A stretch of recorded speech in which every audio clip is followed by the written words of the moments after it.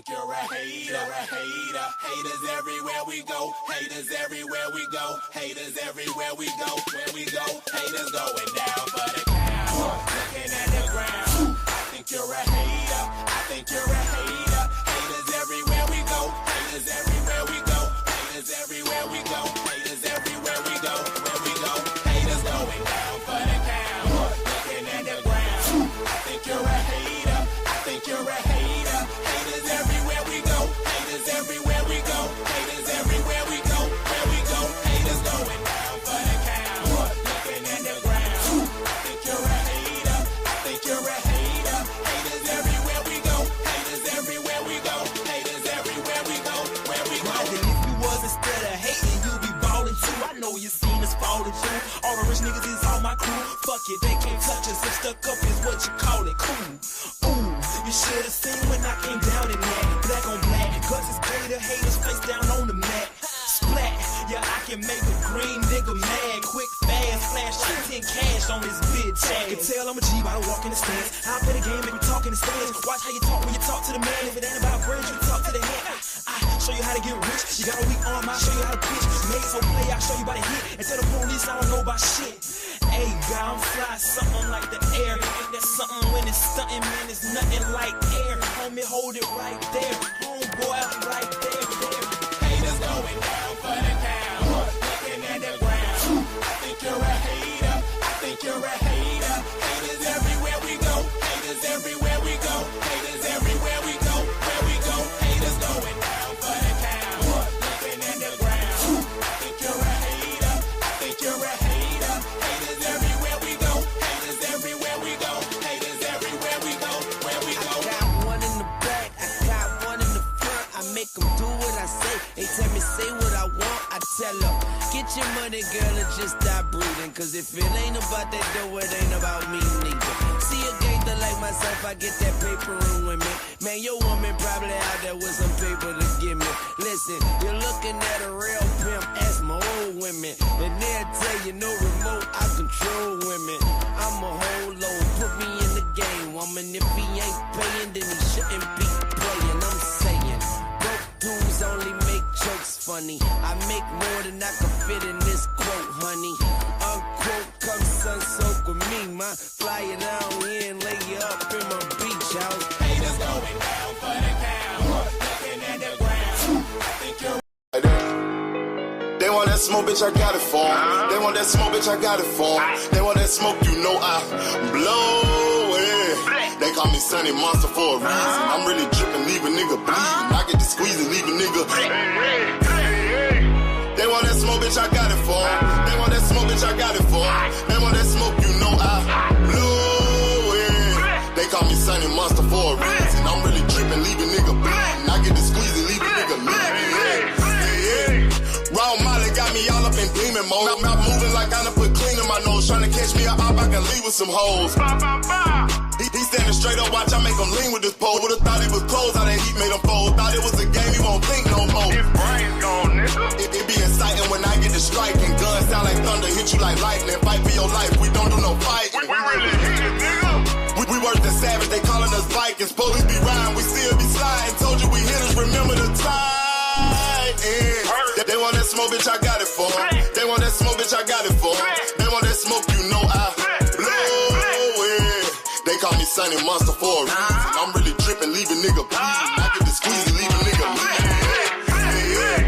They want that smoke, bitch, I got it for 'em. They want that smoke, bitch, I got it for 'em.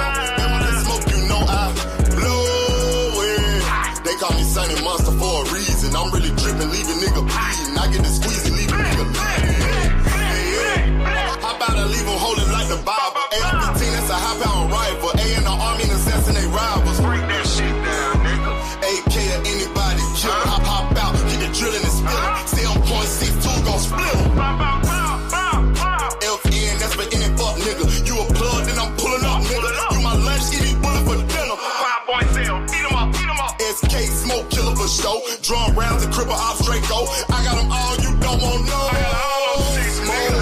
They want that smoke, bitch, I got it for 'em. They want that smoke, bitch, I got it for 'em. They want that smoke, you know I blow it. They call me Sunny Monster for a reason. I'm really dripping, leave a nigga bleeding. I can leave a nigga bleeding. want that smoke, bitch, I got it for 'em. They want that smoke, bitch, I got it for 'em. They want that smoke, you know I blow it. They call me Sunny Monster for a reason. I'm really tripping, leave a nigga bleeding. I get the squeeze and leave a nigga bleeding. Y'all know what the fuck going on. What up, what up, what up, what up? Peace and blessings, everybody. Salute, salute. Hope everybody's Friday going good. Y'all know this Shabbat. This the Friday that the Lord has made. But I ain't about to get into that type of talk because I know a lot of people, I respect everybody's beliefs and everything, so I ain't going to talk about it, but salute to everybody in the building. All right. Terrell Davis, peace and blessings, homie. Hope everything's well with you. All things big AMCFSG in the building. Tracking 327 in the building. Salute, salute. My nigga Richie L, peace and blessings, home. Hope everything's good.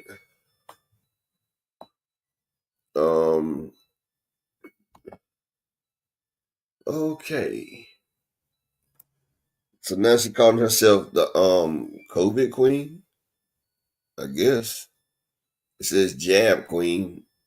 Or maybe she's talking about jab in boxing, because people call that shot the jab too. So double entendre. We got Miss Ty in here with the double entendre. Either she hit you with that straight jab, or she hit you with that jab that lights out jab. Okay. Double entendre. 3 heads in the building. Salute, King. Peace and blessings. Shalawam's my brother, Mr. Altruistic in the building. Salute, King. Peace and blessings to you. JTM24 in the building. Salute, King. Peace and blessings. Creole the motherfucking traveler in the building. Salute my nigga Oakland LDTB in the building. Prime time in the building. Salute to the beautiful Miss Joette. How you doing? Bonjour. Thrill Hill, salute, King. Peace and blessings to you. Let's see. Trey Skills 42, salute, King. Peace and blessings. Let's see. Who else we got? My nigga Supreme Cam in here. Fire Stick Gang. My nigga Fight Gang in this motherfucker. Salute, King. Peace and blessings to you, brother. Hey, Beezy, what up, homie? Peace and blessings. Peace and blessings. Shout out to my nigga Malik Taylor in the building. Salute, King. Peace and blessings. Von Wise, what it do? Salute, salute. Y'all know today we get one of them crazy stories today, too. Darius Warren in the building. Salute, salute. My nigga Cash Crypto in the building. A.K.A. Lieutenant, grab her by the back of the head and bang her face. Okay, Mr. Grab her by the back of the head and bang her face. I feel you, bro. I feel you. You just don't do that to the wife, Mr. M. Pride, salute. I tried that shit with the wife. Wife got mad as hell, like, hey, just trying something. Shalom to my brother GT Park in the building, salute. Cal Cooler in the building, salute, King. Peace and blessings to you.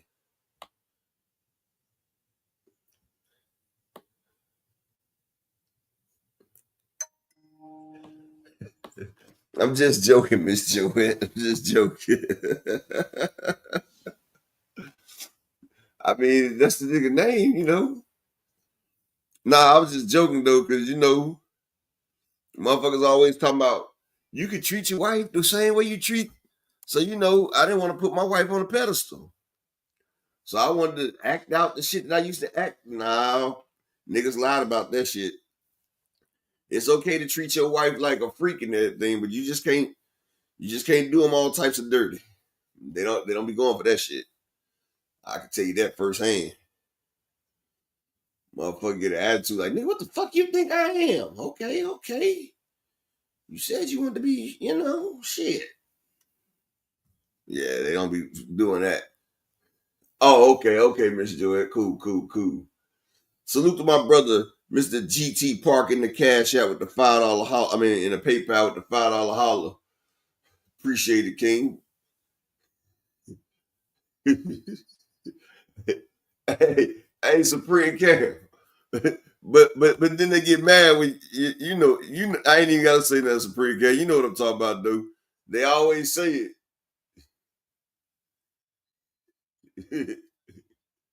Exactly, Von Wise. Motherfucker get in trouble like, who the fuck you been doing that? Well, maybe I was just thinking something. Desmond Johnson, salute. Lafayette Tober, salute, King. Yeah. So I'm just letting y'all know it's okay to not treat it's so light skinned business. Salute, King. Peace and blessings. So it's okay to, get nasty with your significant other. But they do have limits. They always say they always say if you put your girl on a pedestal, somebody else won't. Somebody else will raw dog and do it crazy. Hey, but it is the way you can raw dog do it crazy that somebody else won't do, and she don't want it. She thought she did, but she don't. I'm just telling you. I found that out the hard way. I was walking around the house on eggshells like a week. That shit started an argument like, who the fuck you been doing that to? Huh? Maybe I just was letting my inner animal spirit come out. Damn. Uh-huh. I mean, that shit started a whole live argument, y'all. So it is a way that you can be too much. Some women say you can't, but you can. I'm just letting you know. I found out the hard way. Exactly, Planet 619. Exactly.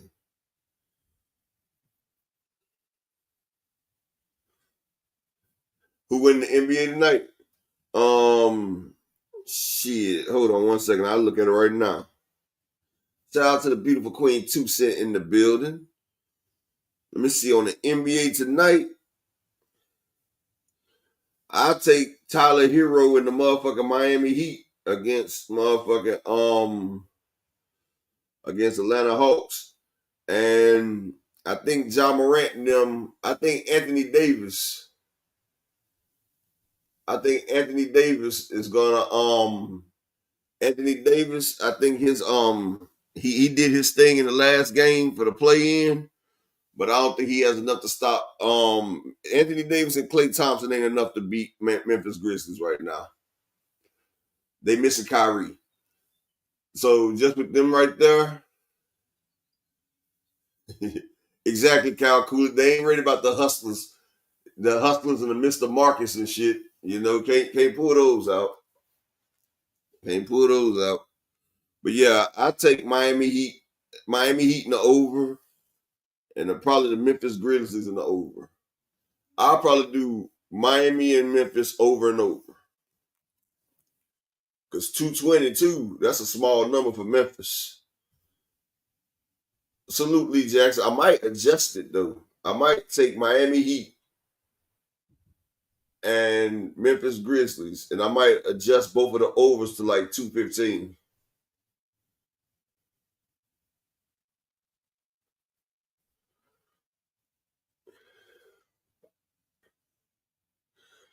Hey, 2 Cent, real story, no lie. I remember I met Pinky before. Like, I met Pinky.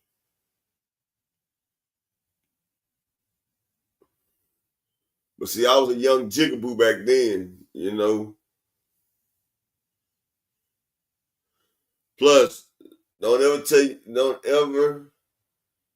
tell your wife that you tried to be in porn before. I'm telling you that now. She look at you crazy. Bro, I've been trying to be an honest person. The slim one, Von Wise. The one that motherfucker used to sing the gospel. You can just close your eyes, and you can hear that motherfucker singing the string symphony. You feel me? Look, little piggy that look like Tiny from motherfucking Escape before Tiny looked like Tiny now. Before Tiny looked like Miss Piggy with Down syndrome. You feel me? That Pinky.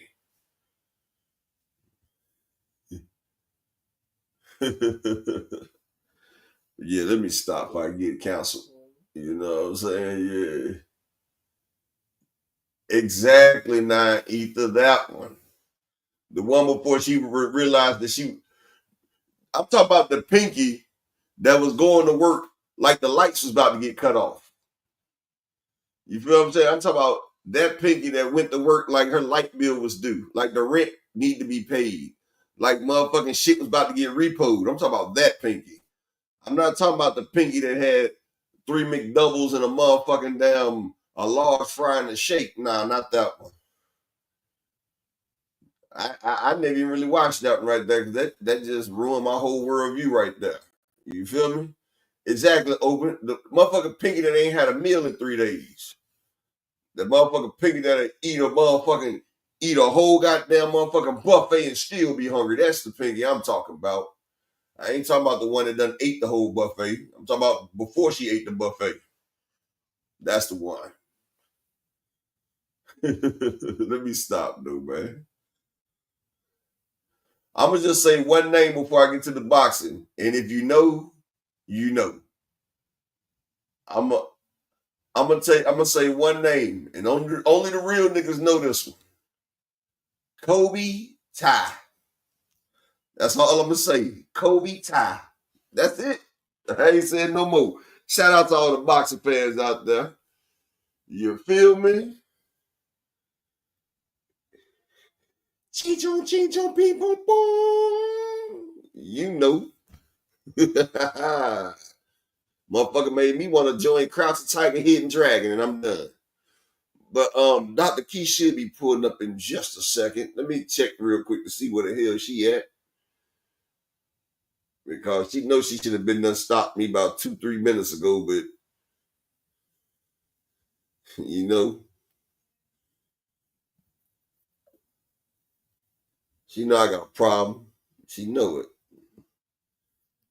Motherfucker set me up for failure every time. Nigga get to talking, start reminiscing.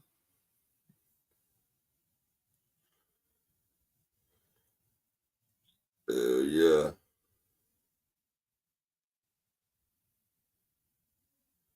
And shout out to my brother Trey Skills in the cash app with the $5 holler, man. He say happy 420. Oh yeah. Okay.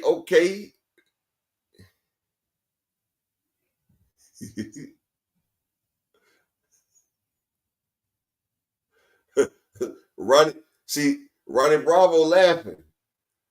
But Ronnie Bravo know who the hell Kobe Ty is. He knows. Ronnie Bravo know exactly who Kobe Ty is. No, he done ate some motherfucking egg fouillon. I know he do. I know he eats egg fouillon with duck sauce.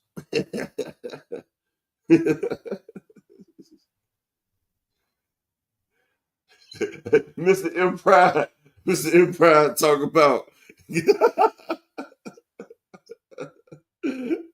Mr. Empire, man. You know we can't talk about shit like that, but here you go. Oh, I think I spelled the last name right. Who knows? Who knows? Shit. I tell you like this. I ain't talking about no motherfucking state when I talk about Kobe. And I ain't talking about number 24 for the motherfucking Lakers. Rest in peace to the Black Mamba.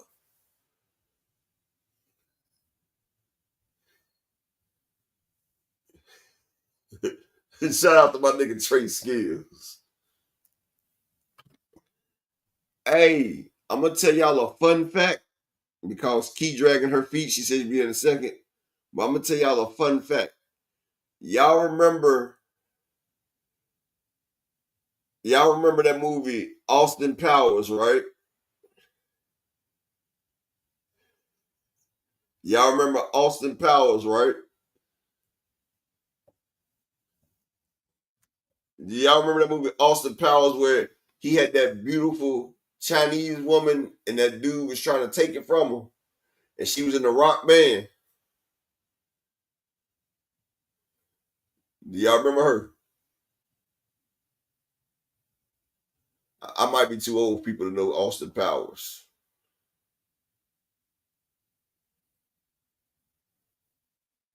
But it was a beautiful Asian that was in there with Austin Powers. Look up her name. And I'm telling you, back when Kobe Ty was out, Yeah, Wayne's World. I said, my bad, fight game, Wayne's World. I said Austin Powers, my bad. Wayne's World. Wayne's World, excellent. Woo, woo, woo. Yeah, that's the one. I said Austin fucking Powers. Hey, Trey Skills. You right on Tia Carrera, but change Tia to Asia. Her stage name, Asia Carrera. And I'm done. And I'm done. But yeah, so y'all know how motherfucking Kid Austin's father and Trey Skills know what I'm talking about too. He know Asia Carrera.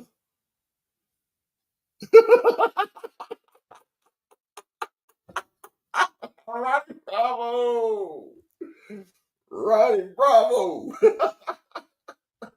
He said he almost searched it. Ronnie Bravo. Ronnie Bravo trip. Yeah, boy. Your ass would have been in HR real quick, Ronnie. Yeah, you right, Von Rice.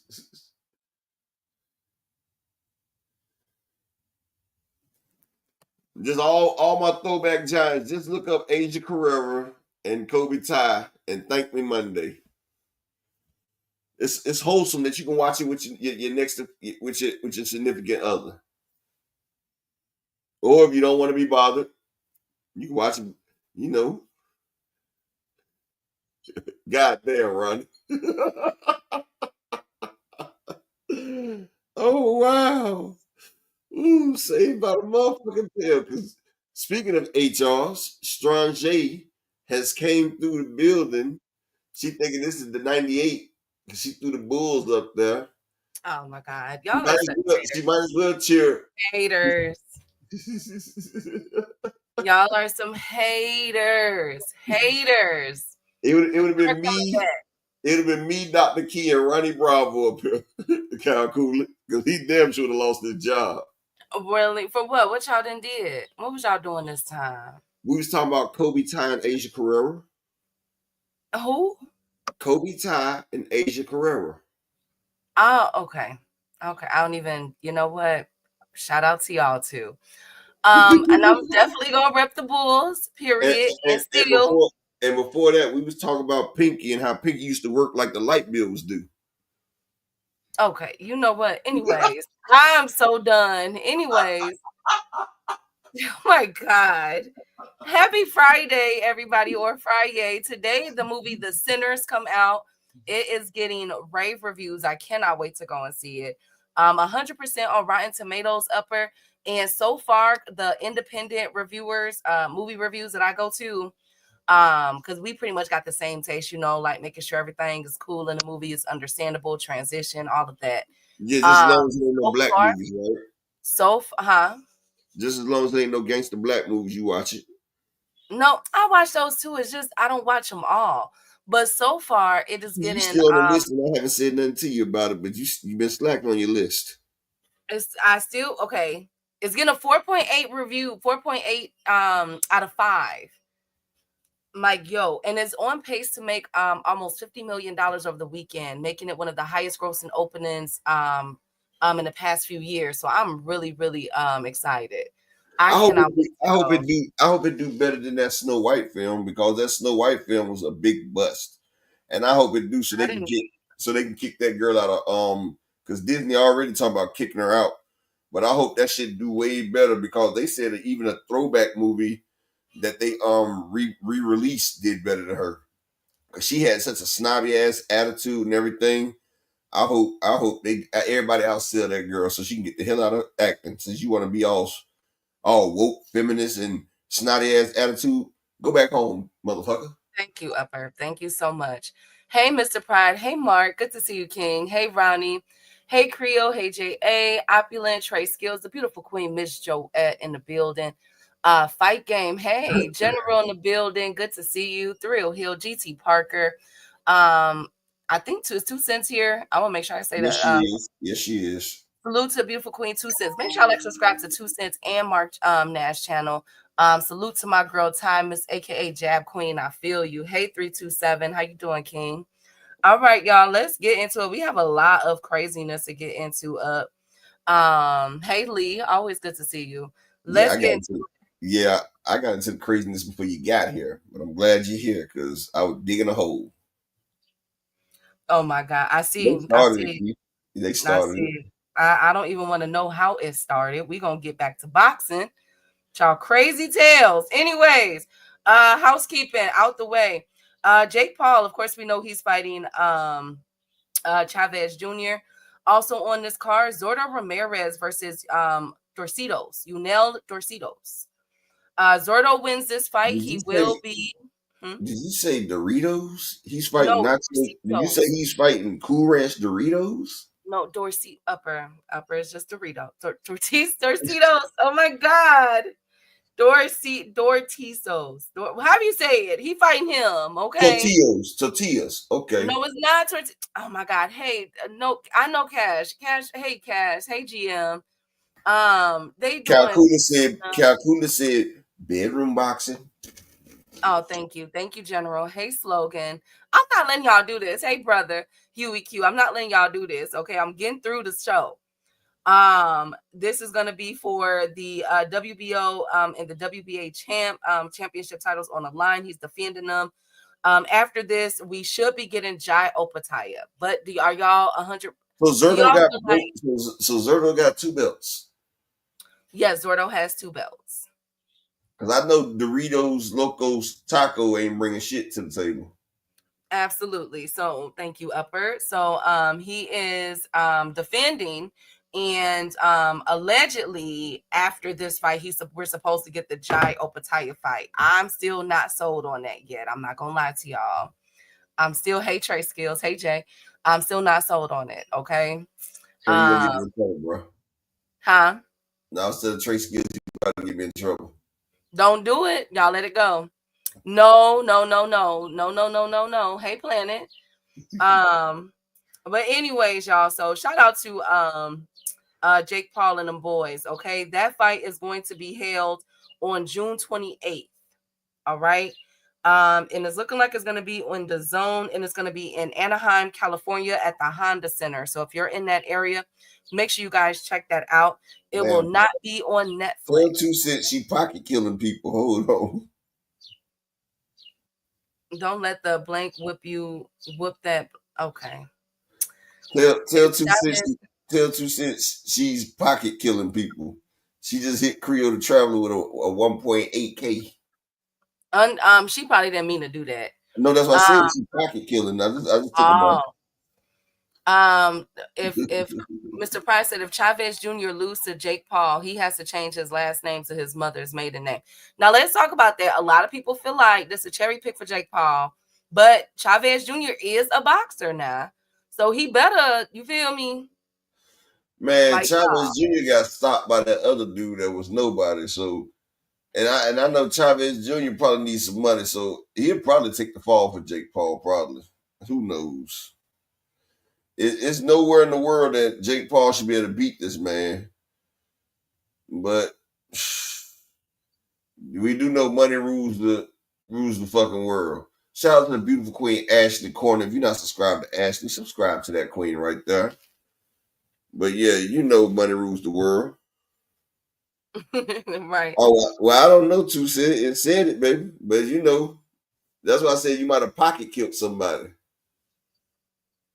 Also speaking of Tiger Johnson is making his return. He just came out of a fight, an impressive stoppage. He is 15-0 with 7 KOs. He will be fighting, returning to fight on the Keyshawn Davis card. That's gonna be a long card. God, Lee, I just thought about it. We got all 3 Davis brothers plus Tiger Johnson, and they're about to announce another one. I think that card is gonna be at least like 9 fights on that card. Lord, and that's going to be in Norfolk, Virginia. So Brian, the king of the chat, I know he's going. Tiger Johnson is going to be there. Brian, hey Bruce, salute to the beautiful Queen Ashley's Corner. How you doing, Queen? So I wanted to get that out the way, and then last up on the housekeeping, Got that one. Derek James, as we all know, is back training Ryan Garcia. Henry Garcia did an interview opening up about how the camp has been going. And Henry Garcia said that Derek James is much happier in this camp. It is a lot less stressful because he don't have to chase around Ryan Garcia. I mean, let's keep it 105. Ryan looks, I can't stand the boy, but he looks very, very focused in this fight. The training that I've been seeing him do for the past couple months, he does look very focused. He looks ready. And that is a great, huge difference from what we saw with him last year when Derek James had his hand on his head at the infamous picture where Ryan was shadow boxing and Derek James was looking down, stressed out. Lord have mercy, okay? Hey, fight game. What he's still training Frank. That I'm not sure of. I don't think so. I don't think he is, but he is officially training Ryan Garcia and Alicia Baumgartner. But I'm happy for Derek. As we all know, like I told y'all, Derek and Ryan did have to have a heart to heart. I heard the whisper that Ryan did apologize to Derek James for everything, and that they had basically a man-to-man conversation. And that's what made Derek say, "Okay, we good. We'll work it out." What do you got to say? He slid that bag. I mean, but I think that it was right for Ryan Garcia. I mean, yes, with the money, but it's also right. It was good for Ryan Garcia to say, you know what I'm saying, apologize to Derek James for everything that transpired. Because he had Derek James out there looking crazy up, and Yeah, he did. And it was coming off the heels of the damn Spence loss and all the scrutiny. The Charlo loss, the Spence loss, then the Frank Martin loss. Like, Derek was getting hit with the 3P, like, pit, pit, pit. Like, it was just some damn shit going down. And then motherfuckers that hate on Earl, they dropped it down to Derek. And it was just, they love you one day and then they hate you the next. You feel what I'm saying? They love you one day, then they hate you the next. But this is what I don't understand, right? Why would Derek James take an Alicia Baumgartner? I would have kept her ass the fuck away. Like, fuck Alicia Baumgartner. Get her the oh fuck my out. God, why? What? Oh, shout out to Ashley Corner, man. That's why I tell you, man. Ashley, my motherfucking spirit animal, dog. Ashley Corner is my motherfucking spirit animal. Because Ashley seen exactly what the fuck I was just about to say. Man, shout out to that queen right there, my spirit animal right there. My spirit animal is Ashley. Because look, you was just all lovey-dovey with Devin and Bill. You was just right there with Devin and motherfucking Bill. Too legit to quit. All this shit right here. Now, Ryan Garcia has a rematch coming up with Devin that everybody talking about. Now, you coming to Derek James' camp. I don't trust it either, Ashley. I'm glad we was on the same page. Like, now you coming straight to Derek James' camp after Ryan comes back?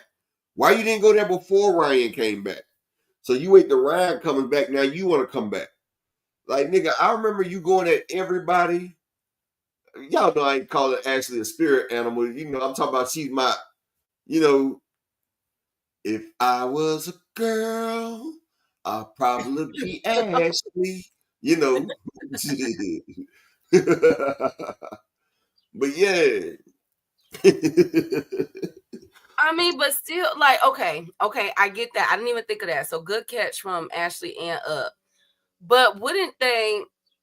Okay, not to be sexist, Queen, but she's a girl. She's a woman. He's the man. So and they have two different fighting styles. And Okay, Alicia Baumgartner is nowhere as skilled as O'Brien. You know what I'm saying? Like, okay, but you got cameras, motherfucking get around like the nutrients and all that shit. Like, nigga could be a motherfucking secret agent in that motherfucker. Like, motherfucker could put Spike Ryan's water bottle.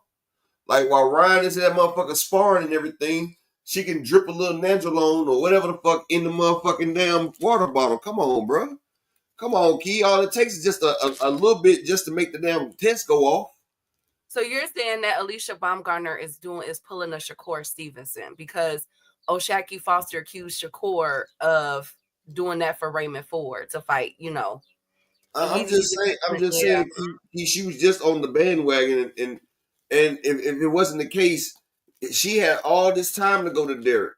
She didn't go to Derek James till after Ryan Garcia went there.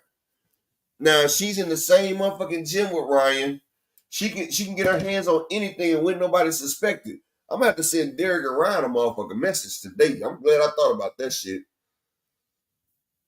They still in the same gym together, 2 Cent. But Alicia almost got set up by Victor Conte too. But I've seen or a PD allegation. But this is what I'm saying. Out of all the exactly TT Parker, out of all the trainers Alicia could have chose from, Alicia's not even from there. Why go to motherfucking damn Derek Key? Alicia's not from fucking Texas. She ain't nowhere near Texas. Ain't she from up north? Midwest or some shit? Come on now. Come on, I ain't stupid. I'm gonna make.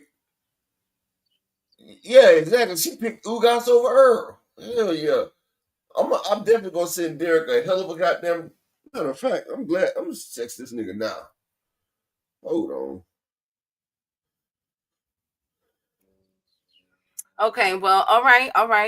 I guess what we'll do is I'm dead ass. I'm hitting. I'll show y'all the message. I'm about to send his ass. I'm about to send his ass a motherfucking message right now. I guess what we'll do is we're gonna keep our eye on this situation, a close eye on this situation. Now, what does save it is that Alicia Baumgartner, her fight is in June, right? Or July in New York City, and Ryan's is in May. So let's see. You can't be mad at DJ. He just getting his bread. Ryan ain't from Texas. Ryan is from Cali, I thought. Ryan was from California. Bill is not a trader. Ryan has a fan base in Texas, though. Ryan is a Spanish part of Texas. I ain't mad at him, Cal Cool. I'm just about to tell him to make sure he keep them separate and watch that motherfucker, dog. Because she was a motherfucker. She was the one calling out everybody for the damn Haneys. She was Team Haney, motherfucking, you know. She was going to bat for their ass, dog. Man, I hope Alicia don't do that. I really do, because she already in some craziness with Clarissa. The stuff that they going at with Clarissa about. Well, I'm putting Derek on point right now. I don't know now. Let's see it. Let's definitely see it. So let's get into the meat and potato. Ryan has early sponsorships from that. Yeah, she needs to chill with that racist rhetoric with her Vietnamese. Yeah, she out of line with some of the stuff that they're doing. If I'm Clarissa, I wouldn't go. If I'm Clarissa, I wouldn't go to that Jake Paul and them fight. I'm sorry. It's just too much. It's just too messy and petty. And they not going to fight no way. But I do agree with Clarissa. It's time for them to get it on. You know what I'm saying? They're in lower weight divisions. Go ahead and fight each other. But it's sad that because Clarissa and Amanda Serrano, they back and forth, whether who started it or not. Them two could have really had put women boxing on their back, like together. You know what I'm saying? Like that would have been a dynamic duo. Replace Alicia with Clarissa. My goodness. Yeah, Clarissa do be hating. Like Clarissa, she do, but this time I don't think she was in the wrong. I don't think she was really in the wrong for that. But I haven't really been following it as much, so I'm gonna definitely keep my eye on it. But let's get to the meat and potatoes of the show. Shout out to William Zepeda and Shakur Stevenson. They agreed. They heard all of our pleas. We were talking about it. KO was talking about it. We were all saying, do not let it go to purse bid, Shakur. Shakur, don't do it. Don't let them set you up like that. Don't let them pull a Devin on you, okay? And Shakur then got back cool with Turkey. And now the fight is on. It's supposed to be on July 12th. But here's the thing. It's going to be allegedly, so far, it's going to be in New York City. Everybody fighting in New York this summer. My goodness. It's supposed to be in New York City at the Prudential Center. In New York City, but there are some dates that's already blocked off for the Madison Square Garden, both at the theater and at the Madison Square Garden. Guess who's performing? Weird Al Yankovic. I haven't heard that name in years. I didn't even know that he was still performing. I had no idea. But he's performing that day, and allegedly he has a fan base. So I'm wondering if they're going to have to move it to Jersey, which I said that before. If you've been following, I said if I'm Shakur, you get that fight in 2 locations, Jersey or Texas, period. That's a Jersey or Texas fight. So hopefully they change that, because you don't want to have you don't want to go against those two. You know what I'm saying? It's a band called The Rose and Weird Al Yankovic that already have those dates locked up in New York at Madison Square Garden. So it's looking like Jersey. They may have to do Jersey. Remember, Key is bigger than boxing. Well, Ryan from Victorville, California, which is in Southern Cal. Oh, okay. Weird Al, he's still singing. I have no idea. I've never heard a song. Right, Miss Joette. I didn't even know. I didn't even like. He's been so quiet, but allegedly his tickets are doing well. He has a following. So I'm wondering with Shakur at this venue, Shakur and Zepeda, this is a good fight. This is a huge fight. Don't go around that time. Remember when Tank and when he had his fight lined up for Texas and Houston last year, he had to pull out. Was it last year or the last year before last? I think either Megan Thee Stallion or Beyonce was performing. And so he decided to move his fight location. You know, that was good business. I understood why the PBC did that. Golden Boy and Matchroom, move that fight. Don't have it in that same area. Don't do it. Go to Jersey or Texas. It's gonna be free. Thank you, G. Thank you so much. Thank you so much. The Prudential Building. Where? Where's that? Ramon. Hey, Ramon. Y'all think Shakur team gonna harass Zepeda? Heck, no. No. Stakes is too high. You could do that with a Kid Austin if that indeed happened. You can do that with a Kid Austin, but with Zepeda, no. A real face of boxing moving. Mike Tyson never moved his venue, nor did Floyd. I like how you did that, Ronnie Bravo. I think it makes good business sense. Oh, he's gonna be in Jersey. Okay, so they're gonna move it to Jersey. Perfect. At the Prudential Center in Jersey. Perfect. I hope Zepeda eat Mexican carne. Why? Why would you hope that? Sugar. Oh, it's in New York. Okay, cool. So yeah, let him have it out there then. Okay, so scratch that. It's gonna be in Jersey. Cool. Because when I seen that, I looked it up. I'm like, oh my goodness, no, not in New York, please. Go to Jersey. Please go to Jersey. But I'm very proud. So can we commend Shakur? Shakur said by any means necessary upper and chat, hey, frequent. I And told he you made told that nigga about any means necessary, and he said yes, daddy. Oh, come on. That's not fair. That's not fair. I mean, it ain't gotta be fair, but it's true. We not gonna act like it ain't true.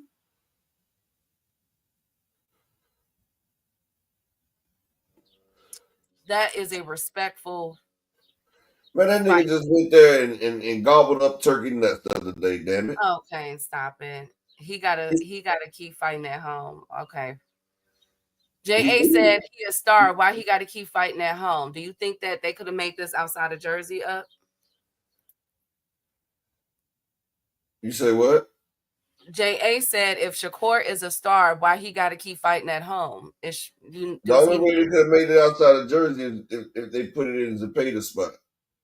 Because Shakur cannot sell nowhere outside of Jersey. We seen what happened when he was in damn Vegas.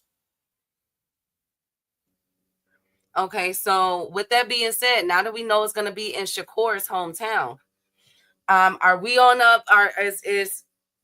Should Zepeda be on the lookout for a robbery? If Zepeda was to get the best of Shakur, which I don't believe he will, but if he was to, by it being in Shakur's hometown, got the chips in his pocket with everything, could Zepeda get robbed? Nah. That's one thing we ain't got to worry about happening. Why is that? Bro, you keep thinking Turkey's a motherfucking a nice petty individual. All right. You keep thinking Turkey's Actually, I was more so thinking about Oscar De La Hoya. Oscar De La Hoya gonna make sure that Zepeda is not gonna be robbed, honestly. Exactly. Shakur about to get fucked around. That's why Turkey was smiling like, yeah, motherfucker, you sat there and bent the knee, and I'm still gonna fuck you. That's exactly what he said. He said, you're still gonna get the curry sandwich, motherfucker. You're Thank still you. gonna get. He said, you're still gonna get the fucking curry. Oh my God, Upper. That's mean. He's still gonna get the curry. Thank you, Upper. Thank you so much. You welcome, best friend. He's still gonna Okay. get the curry. He's still gonna get that Anyways, motherfucking curry. thank you, Upper. Thank you guys so much for that. Now with that being said, with this fight being finally made official, who y'all got? I think it's time. Like now, we really have it. It's no more speculating. We've seen Shakur in his last fight. We've seen Zepeda in his back-to-back fights with Tevin Farmer. Have you wavered in your decision? Up is Zepeda going to upset Shakur Stevenson? Because you know Shakur is going to be the favorite. Gee, what did I tell you last time? I don't remember. Who that you remember, girl? Who that says gonna win? Shakur. Now we lying today? We lying? Shakur. That's what you said. You Shakur. heard, you know who I said was gonna win, and I stand on that. Wow. So you really okay? Okay. I Well, told speaking. you, I told you who's gonna win, and I damn sure didn't say Shakur, and you know that. So stop with your lies. Ah, my God. Ramon said Shakur maybe should have took Bob's offer. Shakur guaranteed to get a few boos. Okay. Hey, Marquis, why that trash? Oh, you know what? Whatever. Okay, whatever. GM been cussing me out about this for weeks now. I'm not even gonna ask GM nothing. Hey, Thomas. Shakur gonna run and give us a shapology for a weak performance. Thank you, Marquis. Speaking of weak performance, Teofimo Lopez is the only one that's selling this fight, may I add. That's coming up in less than 2 weeks. With the Fatal Fury, the May 2nd card that you can buy in a bundle or have to pay. How much was it, Upper? Like $45-$50 if you buy it separately. Well, I thought they was like $100 and something dollars. no, but if you buy it separately, you do have the option of buying it separately. This card would be about $50-something. I know it's too much for what it's supposed to be. I tell you that damn shit. Well, so Teofimo Lopez is the only one that's selling this fight. He did an interview talking about the his fight against Arnold Barboza. And he said that he's trash. He barely won the last 3 of his fights. You know what I'm saying? So he's basically not worried about Arnold Barboza. And he is still calling on his team, at least, still is calling on him to fight Boots Ennis. How do we feel about it? I got for that card. I think I'm gonna put Barboza on my upset. I ain't gonna lie to y'all. I'm putting Barbosa as the winner. Like Tio, your ass didn't run for no reason, nigga. But is it fair for Tio to say that? Because Tio, it could be made up an argument that Tio lost his last couple of, like, he didn't perform too well in his last couple Exactly. of fights. Like Tio motherfucking lost a lot of shit, dog. So Tio can't really say shit.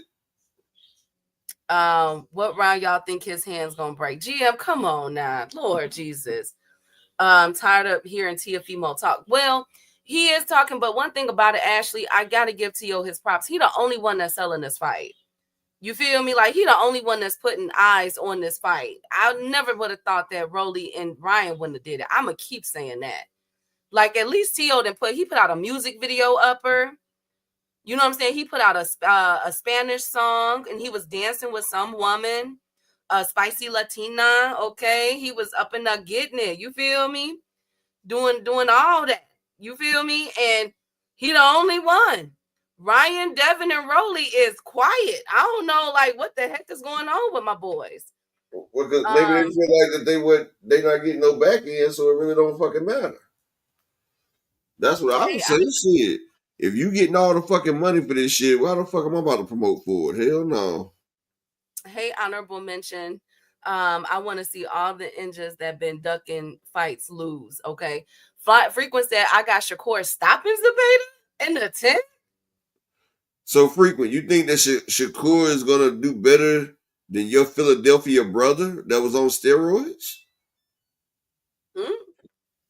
His Philadelphia brother on steroids. Who You was know, that? Oh my God. Crooked Eye Tevin. Who? Crooked Eye Tevin. Oh I my see goodness. you. I see you. That nigga. Oh my God. A focused T.O. might upset Boots. Nah. T.O. don't have the skill set to beat Sonny Boots. Augustine. Bro, stop. Stop, dude, please. Tio couldn't upset motherfucking goddamn Jermaine Ortiz. He couldn't upset Sandor Martin. Dude, your value. He beat a motherfucking weight drain, washed out Josh Taylor, man. He just went life and death with a motherfucker with 5 losses. Who's the last nigga that just went life and death with T.O. Key? Wasn't it Clegane? Yeah. Didn't he have a vibe? Clegette gave T.O. life and death motherfucking fights. Sonny, don't type no more, brother. Thank you. Thank you, Zulu. Thank you so much. Hey, Supreme Cam. I think Shakur will win, but he ain't stopping Ish. I don't think Shakur will stop Zepeda. Did y'all see the bombs that Tevin was hitting Shakur? I mean, hitting Zepeda with, and he just Yeah, kept walking to him. he was hitting Zepeda with the motherfucking damn the motherfucking juiced up bombs. He was hitting Oh that my nigga with God. juice bombs. Allegedly. Macomb beat Barboza. He did. That was a robbery on that last year car, but Barboza came back and beat up Ramirez. But you Jose know, Ramirez. it be a lot of times fighters have bad days. Tio had about 3 of them. But yeah, Key, y'all thought I was bullshitting. I told my nigga. We had something else I talked about how to mark it out, but I had to tell my nigga. I understand. My last message. Okay, hold on. Let me see. Okay. Let's see. Shakur feeling good with Snack, and he is younger and more skilled than Tevin.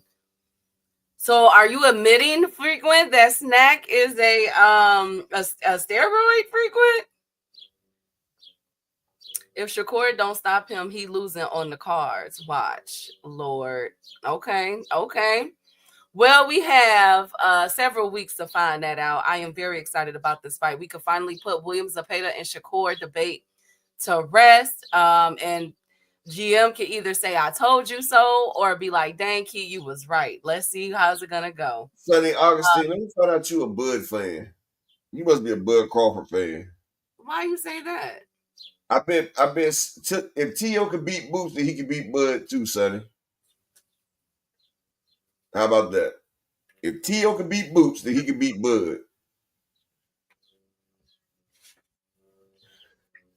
But let me get that done. I was just letting y'all know, motherfucker Duke, you know, Derek gonna always talk to me, especially frequent, especially when I sent motherfucking Derek that video on how to beat the shit out of Devin Haney. When I show Ryan and hit them with the down goes Devin. Frequent saying no snack is a good, wholesome, beneficial supplement. Okay. It's a wholesome supplement. Okay. All right. Whatever you say. Whatever you say, Frequent. I'm gonna keep letting y'all cap on it. Okay. Well, you know what? Well, Go let ahead. me ask you one question. Let me ask you one question, Frequent. What kind of snack is this? Okay. Lord, we don't What have kind of snack is that, Frequent? Is that a wholesome snack? Shout out to Manuel Carter. Look like he getting a whole mouthful of snack, bruh.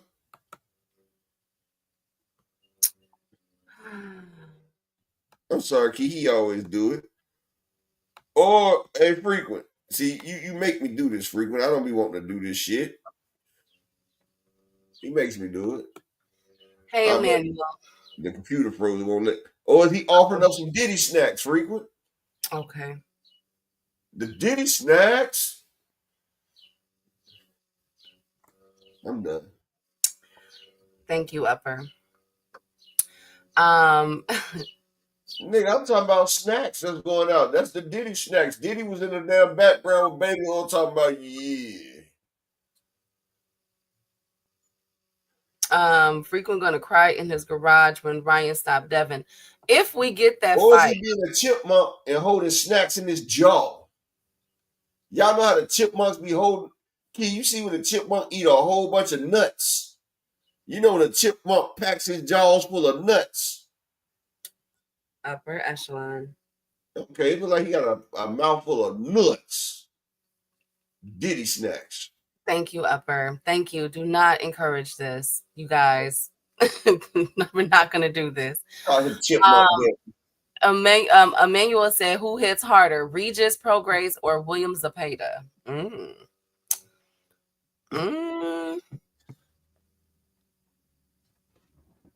Both of them are accumulation throwers, though. That's a hard one for me. Who do you think hits harder, William Zepeda or Regis? Shit. Well, they say William Zepeda hit as hard as remember they say he hit harder than the damn who was the 140-pound person they say he hit? You know he trains with motherfucking Sabril Matias. And they say him and motherfucking salute to my nigga Suazones. They said that him and Matias be beating the shit out of each other. So I would probably say Zepeda. But Regis, I think he used to have more power, but Regis is shot now. But exactly, LaMarcus. Regis used to hit harder, but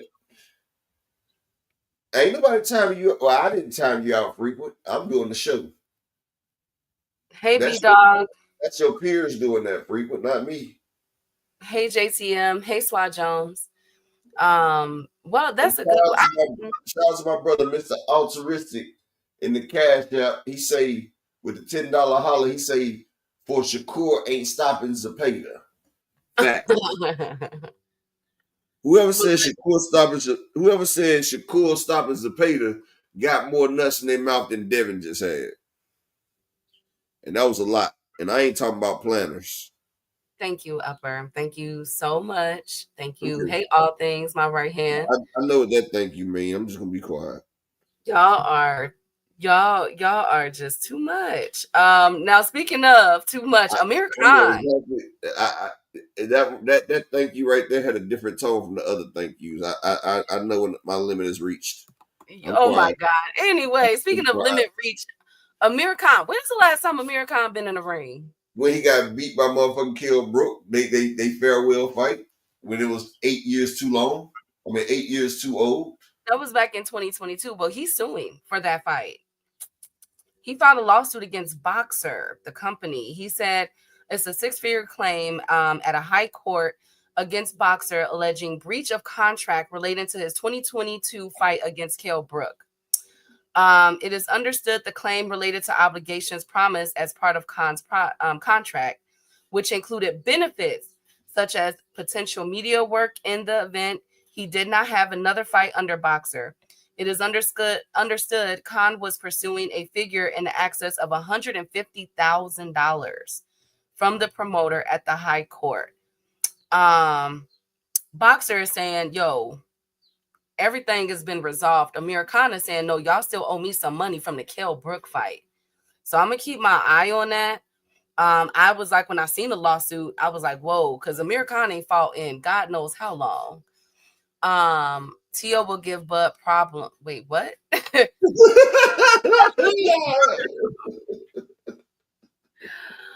People just sleeping on Tio's skill set. Boots' defense is questionable. Sanionis tagged him. Imagine Tio catching him clean. So okay, Tio. So can I have this best friend, please? Go ahead.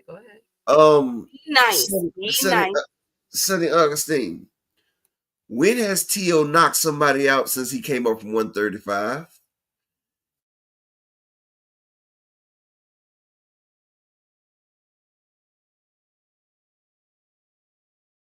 And you know what? Tio, they both moved up. After that, Tio hasn't knocked out nobody. Sandor Martin beat the shit out of Tio.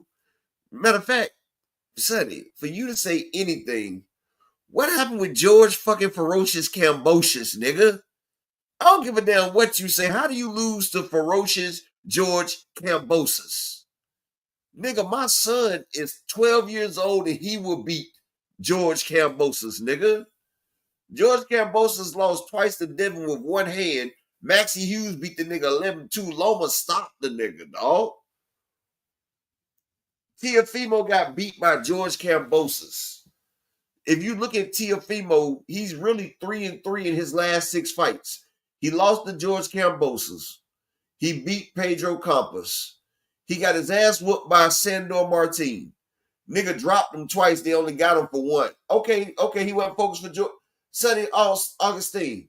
I don't give a fuck if your focus was out. A nigga could be blind, crippled, and crazy and beat motherfucking George Kambosos. Well, and I do want to say it wasn't that he wasn't focused. He damaged his esophagus. George damaged that nigga's a damn motherfucking esophagus. George Kambosos has a name because he whooped motherfucking Tio. Now, Teofimo beat Pedro Campos after the loss to Kambosos. Then he got his ass whooped by motherfucking, what's the nigga name I just said? From Spain. What's his name? Sandor Martin? Yeah, Sandor Martin. He dropped the nigga twice. But motherfucking Sandor Martin was the B-side. And that's why Tio got the win. Tio got his ass whooped so bad, Sonny. He asked his dad, "Dad, do I still got it?" What type of skill set do you say when you talking about do I still got it? This nigga, Sonny, let me finish. I ain't talking about Tank and Lamont. I'm talking about Tio. Out of 3 fights, he was 1-2 because Sandor beat the damn skills out the nigga. The nigga asked him, "Do I still got it?" So then he gets in there with a weight drain Josh Taylor.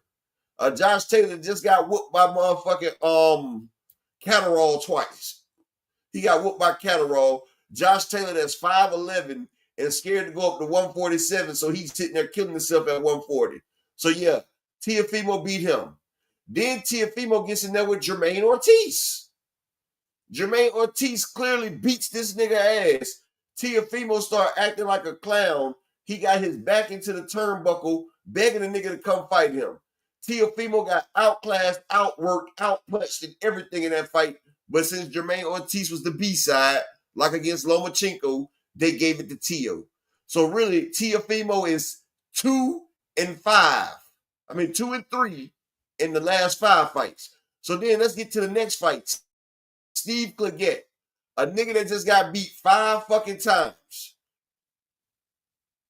I already know Tank gonna knock out Roach in 6 rounds or less, Sonny Augustine. But what does Tank knocking out Roach got to do with the fact that Teofimo in his last 6 fights is 3-3, and in the last fight, the nigga Steve Claggett that's done been stopped and beat 5 times, beat the living shit out of Tio. Tio looked like he been in a fight for his motherfucking life. For his motherfucking life. And you talking about Tio can fuck with Bud or Boots? Nigga, stop talking. McKee, it's your turn. I know you got something to add in. Go ahead.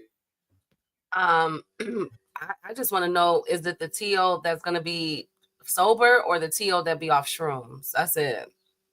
Probably Tio, like Sawar said, Tio the showman. They got niggas swallowing swords. Tio had motherfuckers, he had grown men swallowing swords. Deep throating swords. That's the Tio you want to bet on. Yeah, all right. Speaking of bet on, Tio licked chalk off the sidewalk. Thank you, General.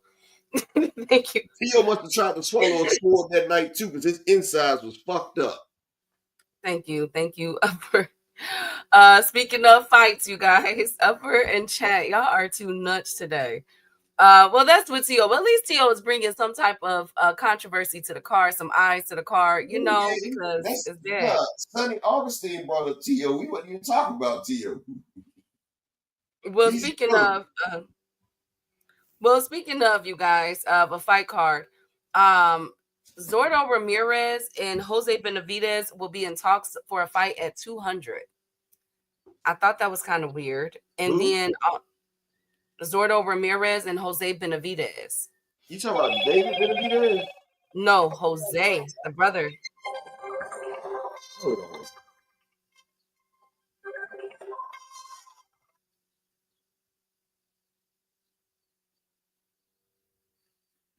I'm sorry, not that Benavidez. No. Excuse me. Um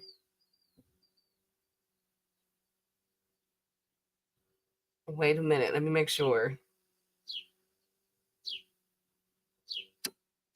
Scratch that. Put a pause on that because I got to get the name right. Okay, that's a trash fight. Okay, hold on. Pause that.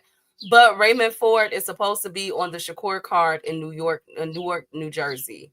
With the Zepeda and William and Shakur. Ray Ford might be on that card. I thought that was very interesting since Oshaki Foster and Cool Boy Steph might be on the Tank Davis card, undercard. So Raymond Ford on that one, back-to-back cards. I think they setting up some slick for an end of the year fight. We can get a Raymond Ford versus the winner of Oshaki Foster um and Cool Boy Steph. And then Tank Davis and Shakur Stevenson at the end of the year. Really interesting play I'm seeing with this. Let's see, Tank versus T.O. already said he was going to slap him on site. I would like to see that. I would like to see that.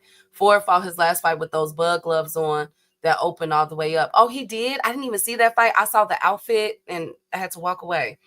Foster called out Shakur. Yes, he did. Yeah, we talked about that the other day, J.A. Dixon. And they all beefing. Well, Ford and Shakur Stevenson has teamed up and they're going at Oshaki Foster. So let's see how this plans out. You know what I'm saying? How this pan out because Raymond Ford could be on the Shakur Stevenson undercard in Jersey. I like that. I ain't gonna lie to y'all. I like that one. I really want to see that fight. I really do. But on to anyways, next fights. There's been a lot of people making a hoopla about Tank Davis training back with Kevin Cunningham. And I've been told, and I said this earlier, I've been told that Coach Calvin and Coach Kenny are training with Tank Davis as well, and that Coach Kenny does have a game plan worked out.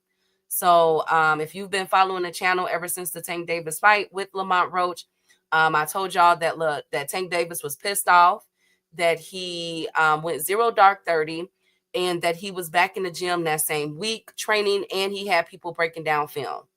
Okay, he's been in the gym. I know that there's pictures coming out of him becoming back in the gym, but from my understanding, Tank Davis they've already been working on some things behind the scenes. So, and we should be getting a fight announcement next week or the following week, which I feel like dang, because we have several fight announcements. We have today the Keyshawn Davis presser kicks off, the Shakur Stevenson and William Zepeda fight announcement. They're still trying to promote the Inoue fight. They're still trying to promote the Ryan Garcia fight. And then Tank Davis is going to come. And then Shakur Stevenson. It's just a lot. And I'm like, dang, I wonder if Tank Davis is going to steal the shine from a lot of these fighters in their promotion. And if people are going to wait, you know what I'm saying, to buy the tickets for this fight, I'm hearing that they are exploring David Benavidez possibly to take over that Juneteenth card, the June 21st card, that they still do have reserved.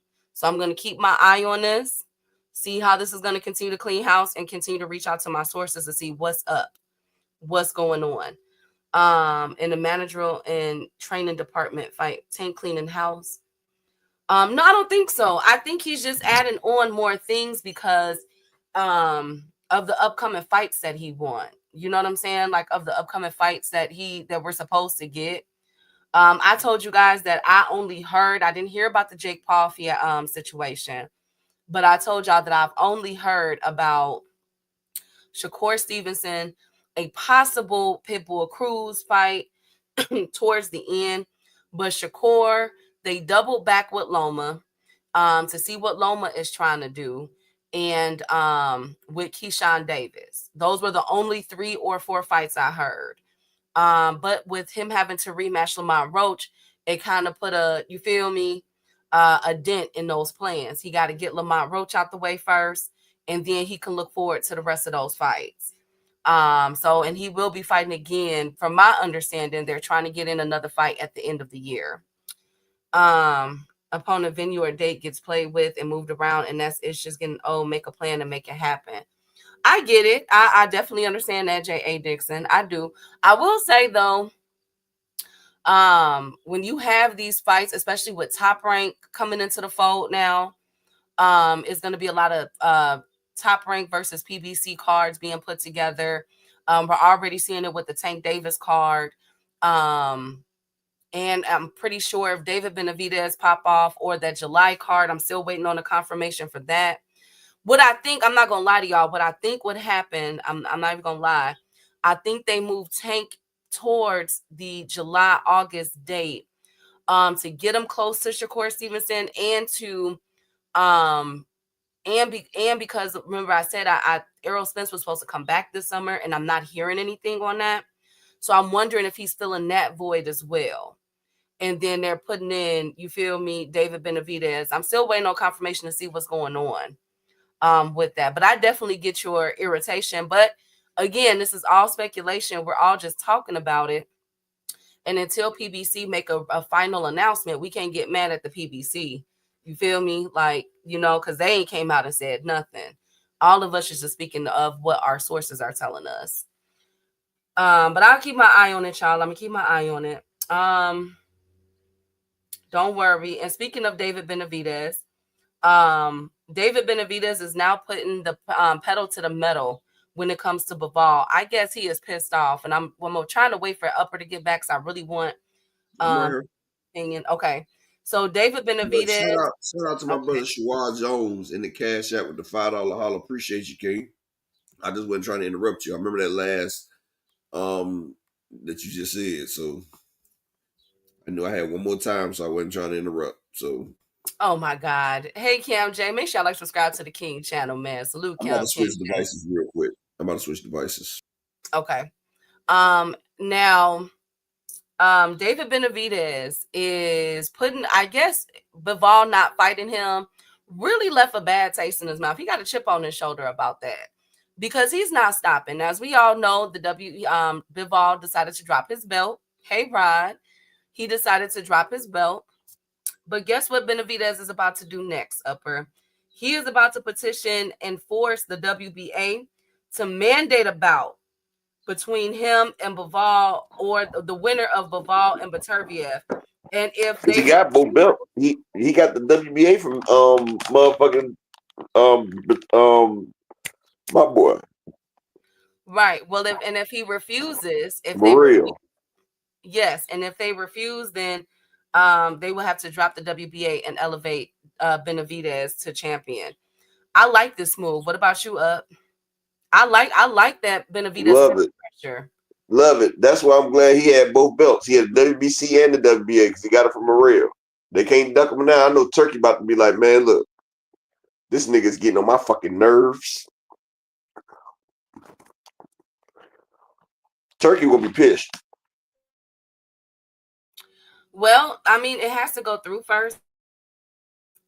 But I think because people are looking at the fact that, you know what I'm saying? Oh, he's going to, finally he's going to get a fight. And I don't think that people are understanding what Benavidez is doing. He's actually putting fire because, I mean, what are we going to have a person that's just elevated to all these belts all of a sudden without facing a champion?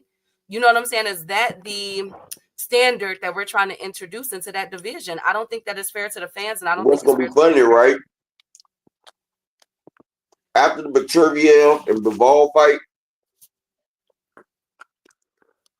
Beterbiev might win the third one by knockout. But if you don't, it's gonna be so much outrage if they don't fight Benavidez. And them niggas got pride. They're gonna be like, look, Turkey, I'm sorry, but I can't just keep doing this. Hell no. And you're gonna have to take the fight. Sometimes pride gets the best of you. When you looking on the internet, motherfuckers is putting you down, and you know you a man with, nigga, I got in the ring with Beterbiev. I am not scared. And you not saying shit, Turkey.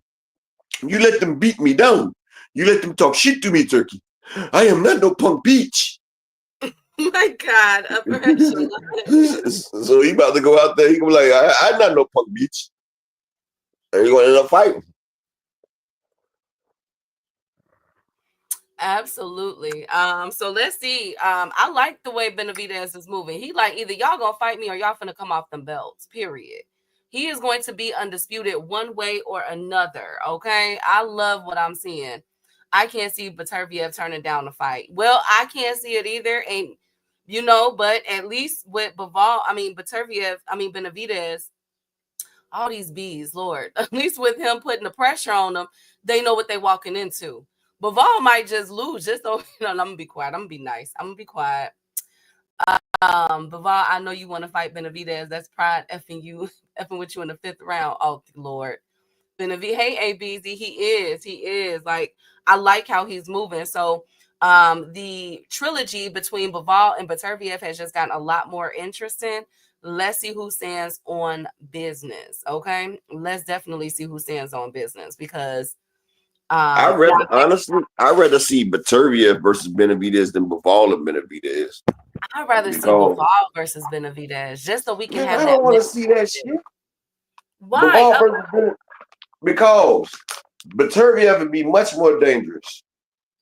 I mean, but Woody coming off leg surgery, I don't know. Beterbiev would be a better fight.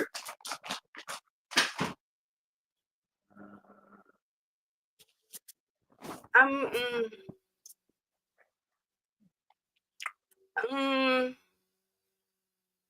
think I would like to see Baval just so I can have that measuring stick of Canelo. You know what I'm saying? Because if Benavidez beat Baval, oh my God. Oh my, talk about star power. My God. Beterbiev is going to break Baval this time. He better, because I thought he won both fights. But Beterbiev is 41 now. Baval about to beat him again. Let's see. 90% KO punchers will be a bloody one. Man, I want to see it so bad. Y'all have no idea. But shout out to Benavidez for how he's moving. I'm very, very proud of him. Very proud of him. Now, speaking of how they moving, a lot of people are talking about ever since the fight with Shakur and Zepeda was announced, a huge fight social media fight broke out between this fight. Announcement, hey, the Butcher, interesting name, salute. No, he did not frequent, but oh my God. Beterbiev won both of them, in my opinion. Thank you, Fight Game. Thank you. I thought, anyways, well, ever since the fight was announced between Shakur and Zepeda, people are comparing this fight to Shakur Stevenson versus Oscar Valdez. They said that Shakur is going to do him worse than Oscar Valdez. What say you? What do y'all think? Man, you already know my word. Now go ahead up. I want to hear it. Hey, Dank. I want to say hear what it. again? What did you say again? Shakur, this is going to be a Oscar Valdez part 2. That Shakur is about to beat the brakes off of Williams Zepeda. Okay, first off, Oscar Valdez hurt Shakur with the body shot. And Oscar Valdez only throws 400 punches. Zepeda throws 3 times that much. He punches harder. He's going to press down on Shakur. Shakur's going to turn his back and run. Zepeda is going to beat this nigga ass up. And he didn't really beat the brakes off Oscar Valdez that bad anyway. He got some good shots, but Valdez landed the harder shots. It's not about to happen. Like, y'all keep gassing Shakur up. All right. Don't say shit when his tank's on empty. But Zepeda gas is out though too, UP. You know? Key, stop saying Zepeda's ass out. You seen Zepeda gas out one fucking fight. That was the only fight you seen Zepeda gas out in damn 30 fights. So don't sit there and act like it's not an anomaly. Come on, Key. Now you start to sound like these Devin Hannates and these Shakur. No, yes, you are. In the last fight with Tevin Farmer. Yes, you are. What was Tevin Farmer doing? But what was Tevin Farmer doing to make Zepeda gas out? Body shots. No, what he did was a damn drug test. Oh my God. Oh my goodness. That's what it was. So if Zepeda ain't on the drugs, then he ain't got it. That's what you're telling me.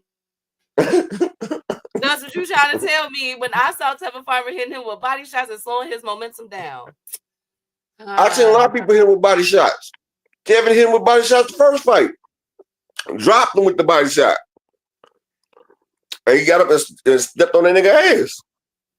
My God. Hey, Ty. My goodness. But the first time I seen Zepeda get drug tested, I seen that motherfucker get hit in less than 7 rounds. He tired. If you go look at the punch stats, Tevin Farmer led him more body shots the first fight.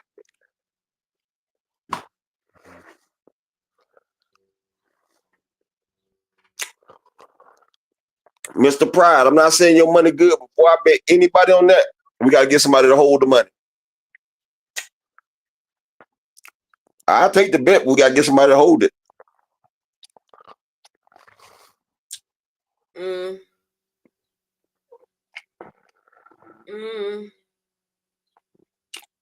He gonna beat the shit out of Zepeda, but he couldn't beat the shit out of a damn electrician.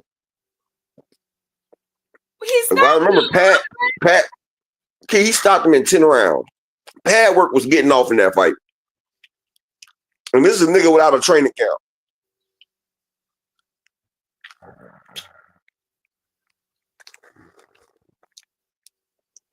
Okay. We'll definitely see. Boy Ham been hurt in last 3 fights. Thank you, Butcher. Farmer was digging into Zepeda in the first fight, and he did not waver the second fight. He was missing the juice. Lord have mercy. I am Najee, and Pad work fight tomorrow. Yep, I got his card. Don't worry. He's already fighting again after the stoppage. He's fighting 2 up. What would that be? 12 weeks, 2 months later, Padley is back in the ring. Interesting. I could, Mr. Pride. I could. Don't worry about it. I got y'all whenever y'all make the bet. As we get closer and closer to the fight, I will definitely do that. Shakur soft pillow fisted. Oh my God, ain't beating the ish out of no one. I'm not sold on running Shakur. Lord Jesus, tough crowd today. It's such a tough crowd. Tough freaking crowd. I don't know what I'm supposed to do with y'all. What am I supposed to do with y'all? No, we don't care about Padley. But I just found it very interesting that he's coming right back. You feel me? Very interesting, just like Bacoli. Shout out to my brother, that whole boy in the building. Hey, oh boy. Fight game. Pad work ain't the only person. Chicken Fried Rice said that Shakur didn't have no power, and they don't know why they stopped that fight.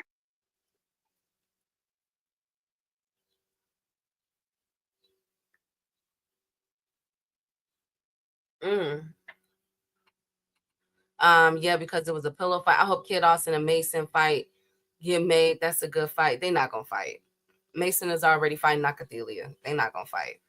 Kid Austin got a fight coming up. I'm just waiting for the opponent. It's supposed to be in either June or July. Well, that's what they were saying. They said, look at Oscar Valdez's face at the end. That's what Shakur Stevenson did to him. You understand? So I'm just, I'm just going off of what the people are saying. Schofield is fighting another bum. That's not right. That's not fair, y'all. Well, probably in this one it would be.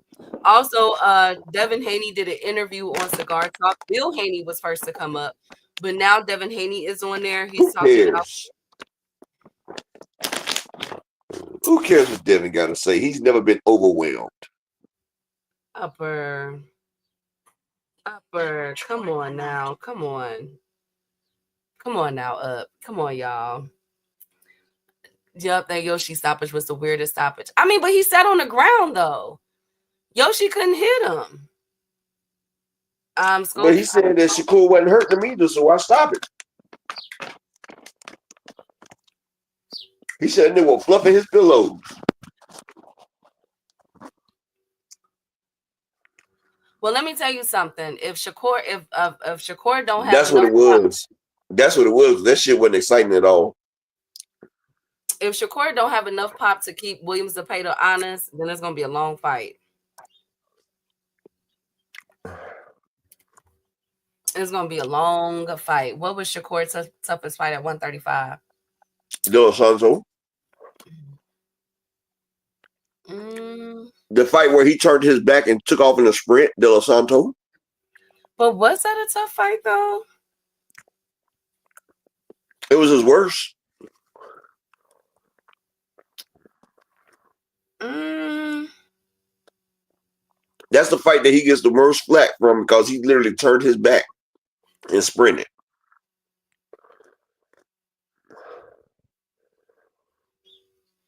mm.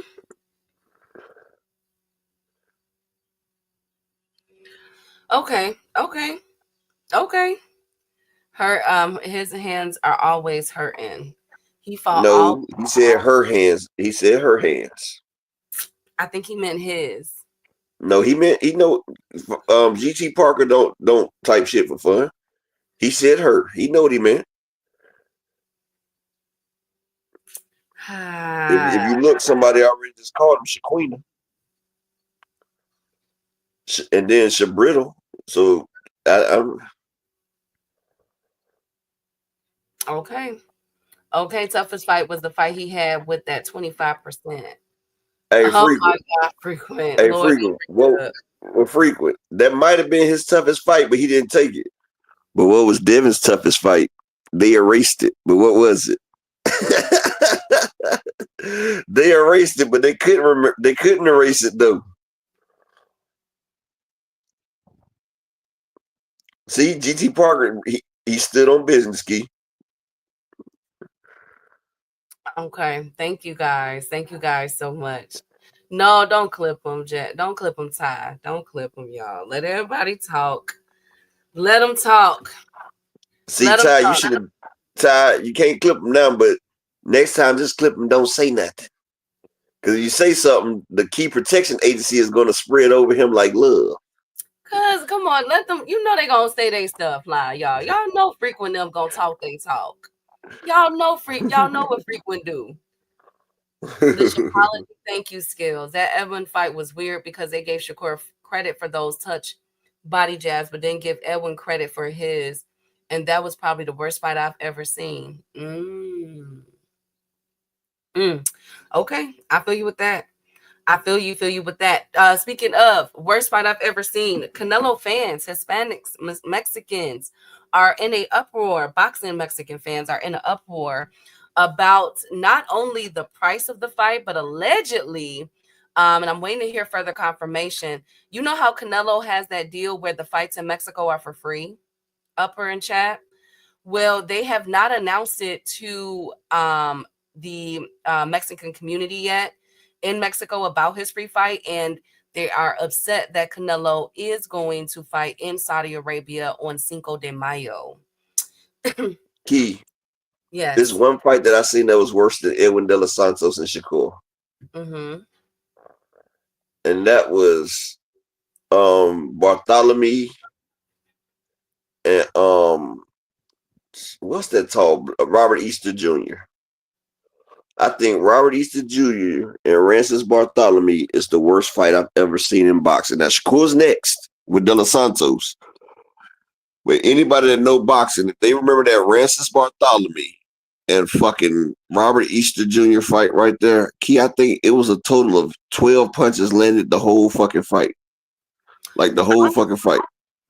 I think the fight with Neverete and Baranchek was horrible. It looked like two drunk people just in there swinging. Key, whenever you got some time whenever you having problems with insomnia, go watch Robert Easter Jr. and Rancis Bartholomew. Look at Schwa Jones. Look at Schwa. Look at Ashley. GM. Adamas and Gashea was like Tank versus Frank Martin compared to that shit. Schwa Jones said it was trash. Bro, they landed 8 punches the whole fucking fight, Keith. Like they stood up there, it was like they were breakdancing against each other, like, yeah, what up? What up? I was like, bro, if y'all don't throw a fucking punch, the nigga That's why I say he had to chime into Key. It was like, man, look, Bartholomew won a round with 2 punches landed, Key. And then Robert Easter won the next round with 1 punch land. J.A. Dixon said he turned that shit the fuck off, Key. And Key, it was a main event, dog. It was the main event. I mean, well, yeah. Do y'all think Booth's performance was more dominant than the Brian Newman Jr. performance? Of course, frequent, because he did it against a higher caliber opponent. And to be honest, frequent, I think Boots stops Brian Norman in less than what he did Stanionis. Like, Brian Norman doesn't stand a chance. But, hey, Rod Walker, at least Broner versus Porter, Adrian Broner dropped that nigga.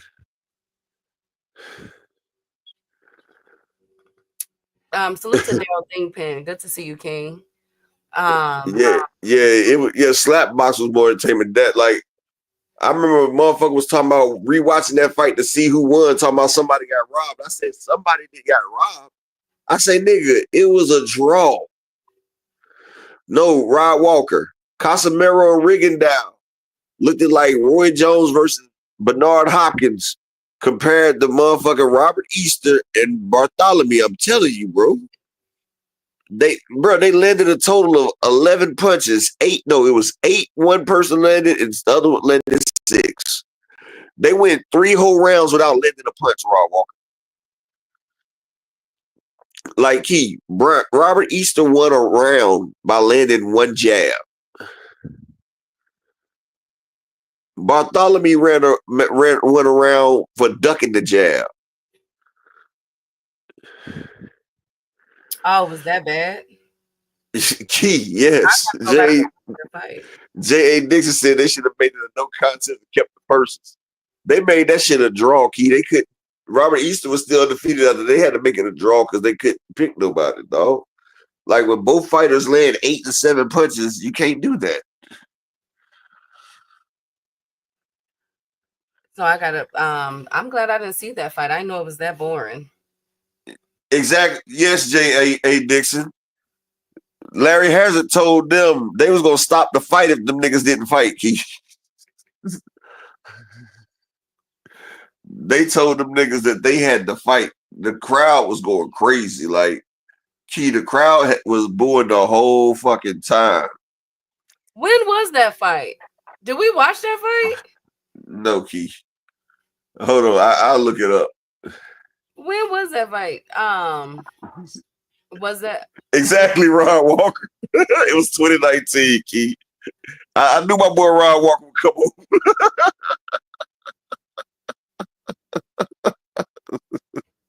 Y'all bogus. Rod Walker said he went to sleep. He woke up and watched it. He said he was pissed. Ashley said they were fighting like an in the closet couple. Key, it was that bad. Like 2-time girls. It was that bad, Key. I'm telling you, dog. Watch it. I told the PBC, don't y'all ever put them niggas on the same car. Not even in the same ring, but on the same car. That dude named Dave, salute. Like, them niggas, Ron said broke back boxing. Like, them niggas shouldn't even be on the same car.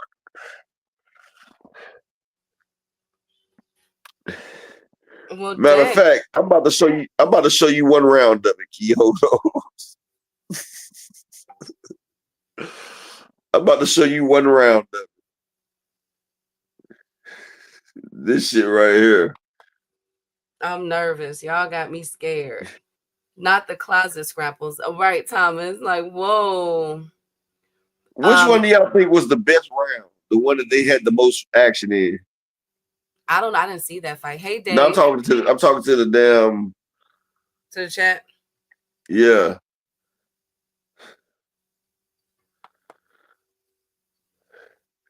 I'm trying to figure out the best round. Probably when it was done. Yeah, that is true, best friend. But The way that y'all talking about it, see, now I gotta go watch it. So okay, so then which one was better, Shakur versus Edwin or the Bartholomew fight? Shakur versus Edwin.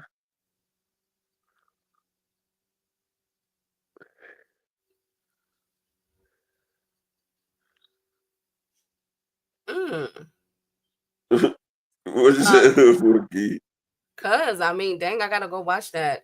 You can't take no shade, tree mechanics serious. It's hard to call the whole fight was a pick anything. Oh, okay. It was okay. All right. Well, then fine. Forget it.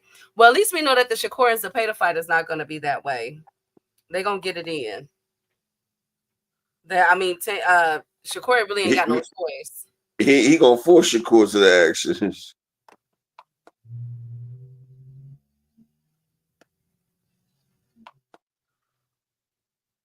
Yeah, he is going to force him. Stanionis had no feet and mediocre power and came forward. Cherry picked to me.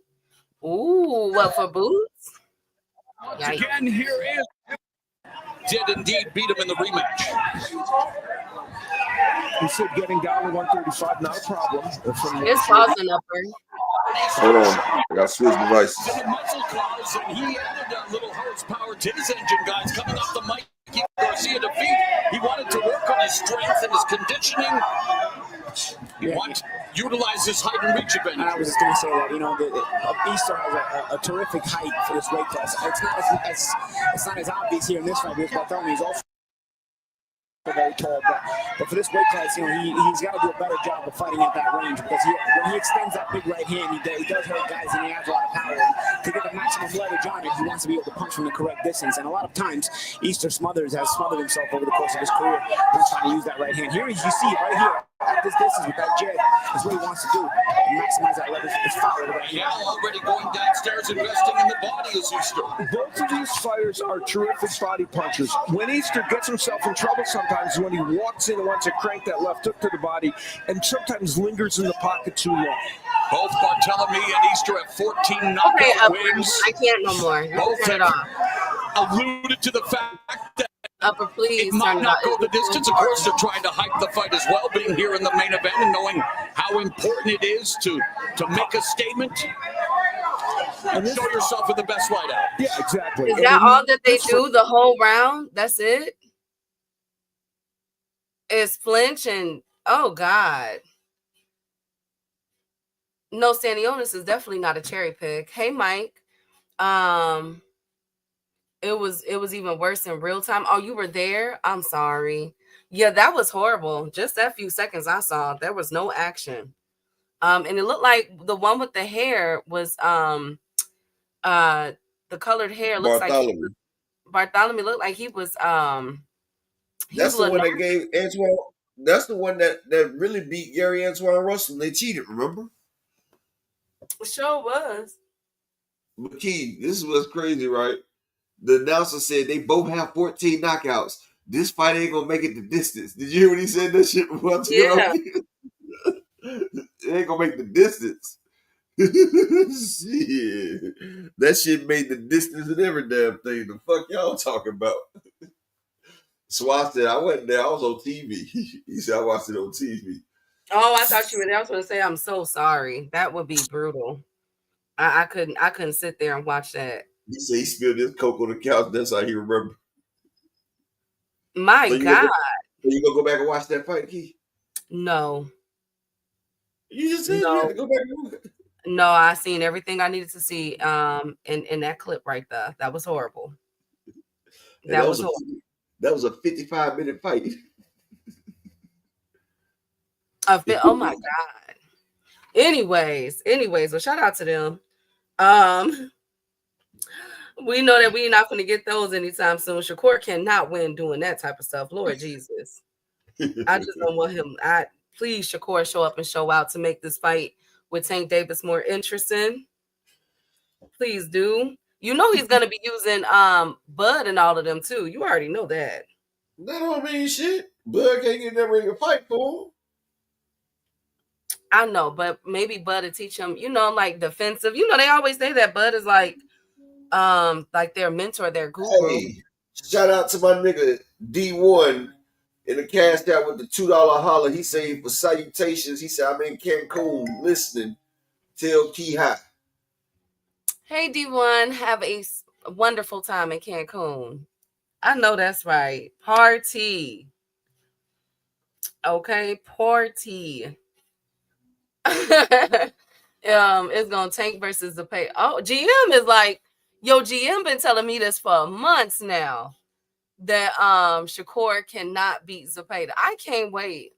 Man, he ain't the only one that's been telling you. You just don't listen when I tell you. Nah, but me and GM has been going back and forth. He has sent me a message. He been I've cussing been me out telling for you on the the damn. I've done told you every which way I can tell you.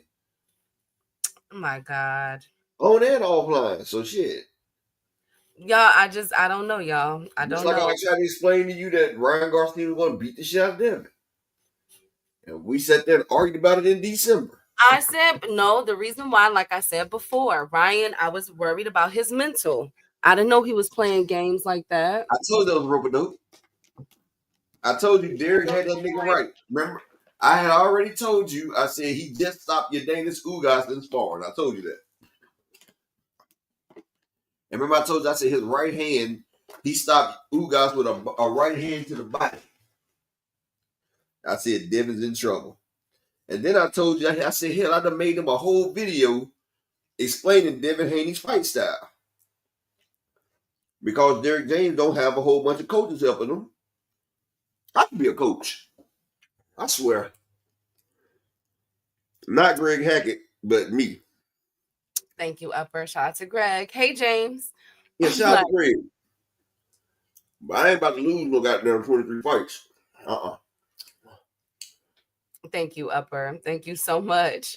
My God. Just be honest. And I definitely won't lose to Brian Norman Sr. I will knock him the fuck out like I told him the other day. When he called me an idiot. He called you an idiot?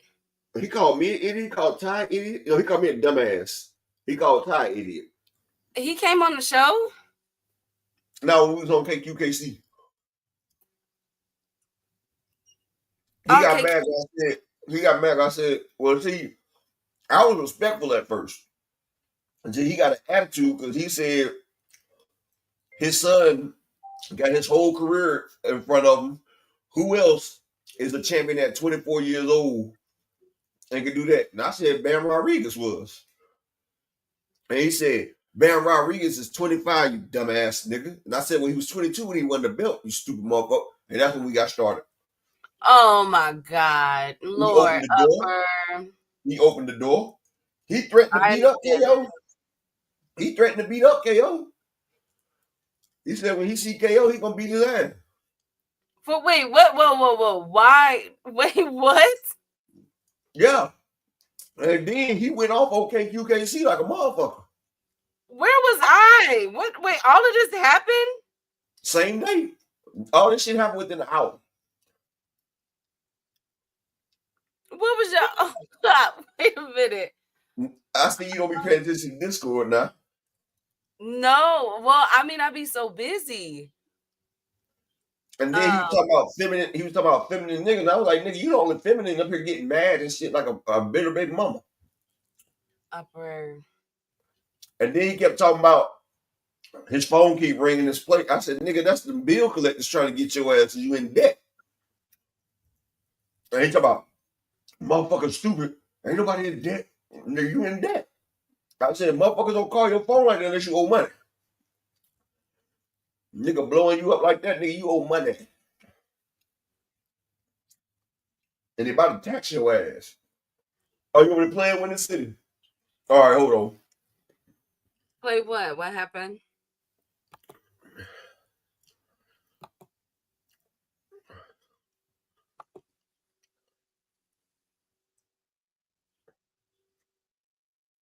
Y'all ain't right. Y'all got that man going crazy like that.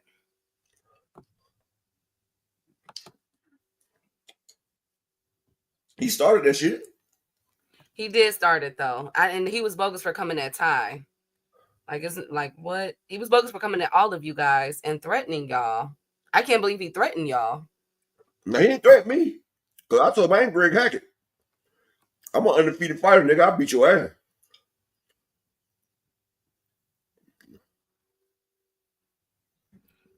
I can't believe he did that. It was Renner Center calling him. Thank you, Rod. Thank you guys. We did a live review video on my live. Okay, I'm gonna go watch it. Dang, I didn't even know all this went down. Oh, he didn't drop the link. Wait a minute. So then how was Upper able to get up there? No, we was in the chat. He was reading the chat, Keith. We pissed him off in the chat.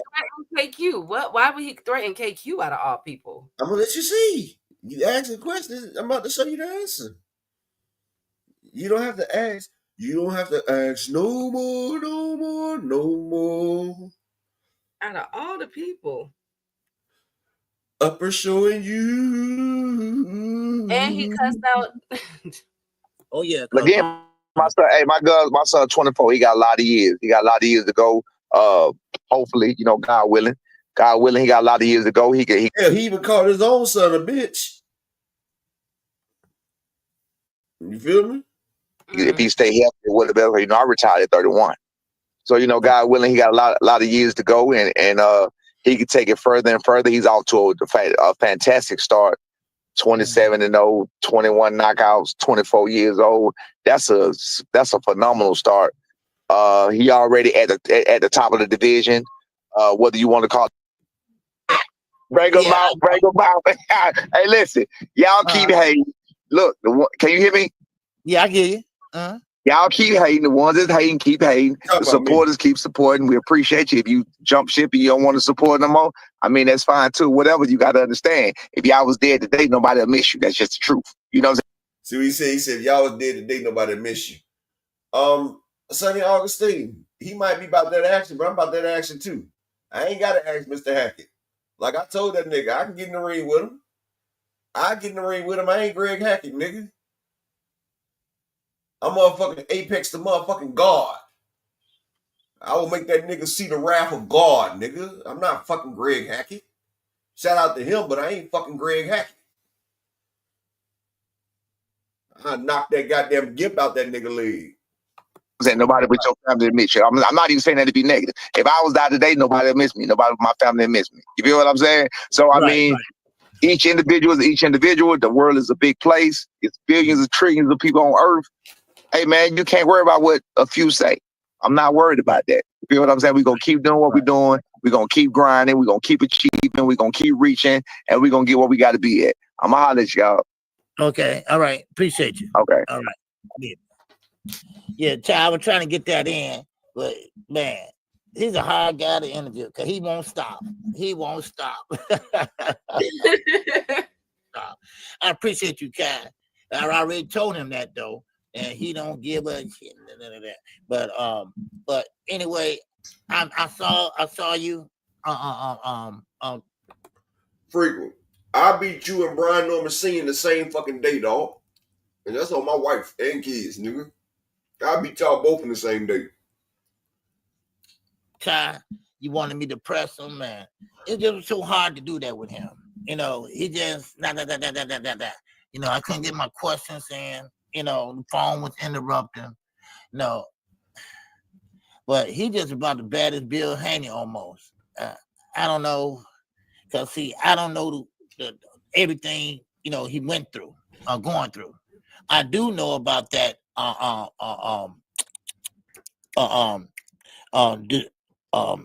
he turned down that fight, I know he ducked that fight. Yeah, go Keith. But I tried to do the best I could with him, and but he just kept on phone ringing, kept on talking. Ty, it wasn't your fault, Ty. But you had asked the question and was sitting up there, Ty. What made that nigga come back is when he sat there and said that they did duck that fight. And the bitch fell into his bitch ass ways because he know they ducked the motherfucking fight. I ain't never said that, boo. I ain't never said that shit. That nigga got mad because they ducked the fight. As soon as he said that, the nigga popped back up. So I don't know. So hold on. Okay, yeah, so it was a great interview. It was a great interview though. Okay. It was a great interview and everything. So but I hope everybody enjoyed it. All right. Oh, there goes Brian right there. Ever wondered what your home looks like from motherfucker. space? Enter your address and get a 360-degree satellite view of your home. Yes, sir. I'm glad I'm smarter than the average bear. You pussy motherfucker. Oh, you thought you was gonna come on me and roast me or something? So let's see what this nigga say. Bro, fuck you. I don't give a fuck about you. The boat you came on, your own. I don't care about none of this shit. Wait, no, nigga, fuck you. Fuck you ain't trying to press shit. You wasn't gonna press it. Wait, nigga, wait. You wasn't gonna press it. No, I heard what you were saying, nigga. I know you heard what I said, but I'm not I gonna. heard exactly what you said. You wasn't gonna press shit. No, wait. I wasn't gonna press you some other You questions. wasn't gonna press shit, nigga. You talking about I duck something. How the fuck I duck anything that, you know what, bro? Fuck you. Fuck your. Well, fuck you. No, he did not just come at KQ like that. Ask him some tough questions. Well, fuck you. Oh my God.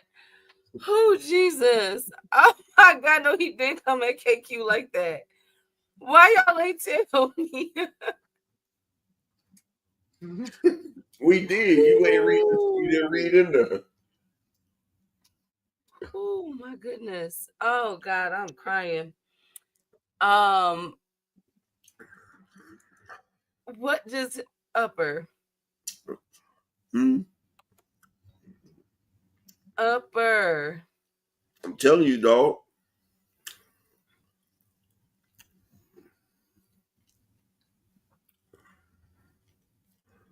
Upper, it's something wrong with that man. I can't support him now. I can't support him now. You don't come for KQ now. We not playing those games. He won't beat me, dog. He won't beat me, my nigga. He won't beat me, homie. You won't either. Y'all won't beat me, nigga. Nigga, I used to beat cheese sandwiches in prison. Nigga, I used to know cheese sandwiches in prison that was harder than y'all niggas, dog. Nigga, I got a motherfucking straight right that'll break jaw. And my lip is even crazier. And I'm ambidextrous, nigga.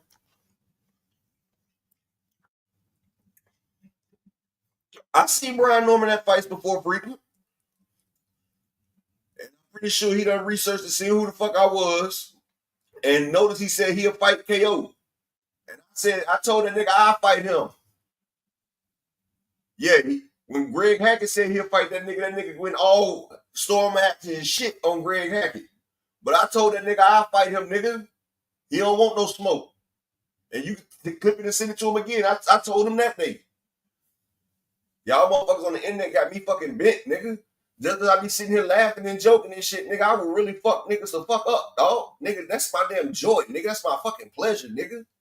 Okay, so thank you. So hey, Upper. So now we are gonna get into the fight cards. That old ass nigga get beat the fuck up, we are going to get into the fight cards, Upper. I beat his goddamn son too, nigga. His soft ass son get it too. I'm too big for his son. I'd knock him the fuck out. Okay, so we're gonna get into the fight cards, Upper. Can we pull those cards up? Thank you. We're gonna pull the cards up, y'all. We're gonna pull the fight cards up. Y'all gotta be nice.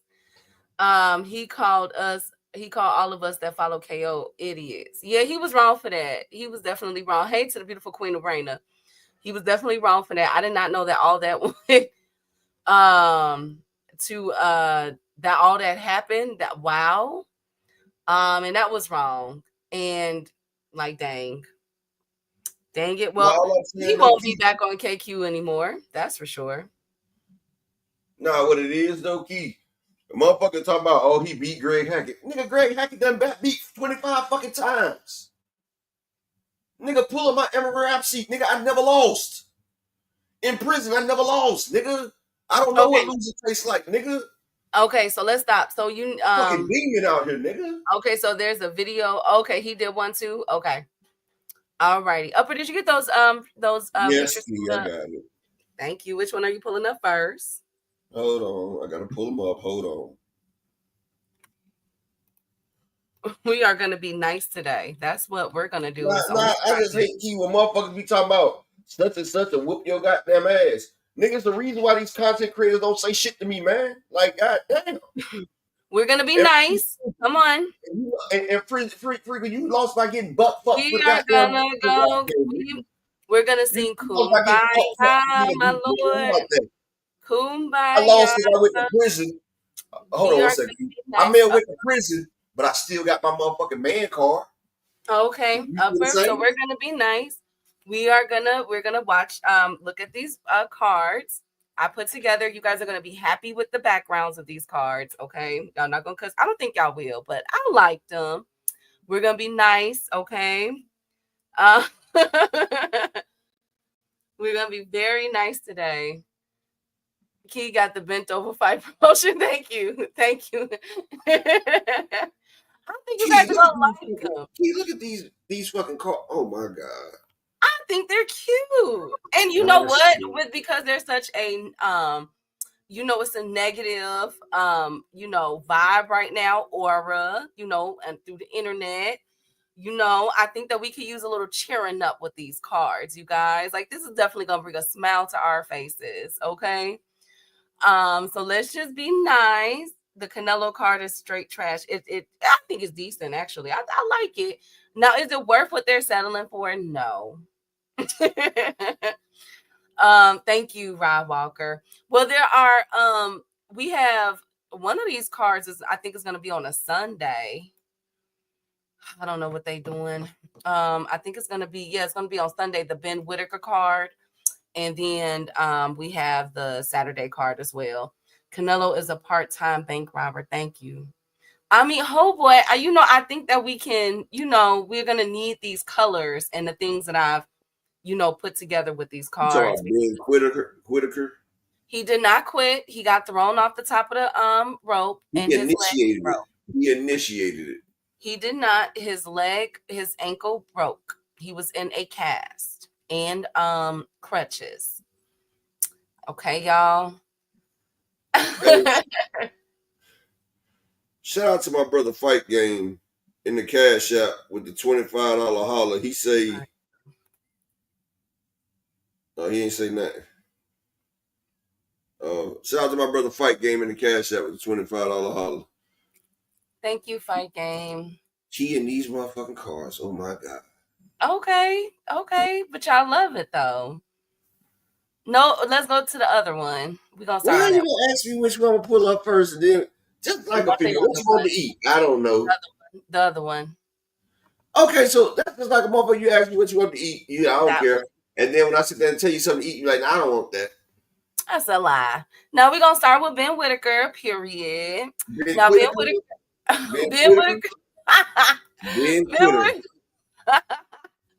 Ben Whitaker is making. That's like something that you say about a girl that you say, I've been quitter.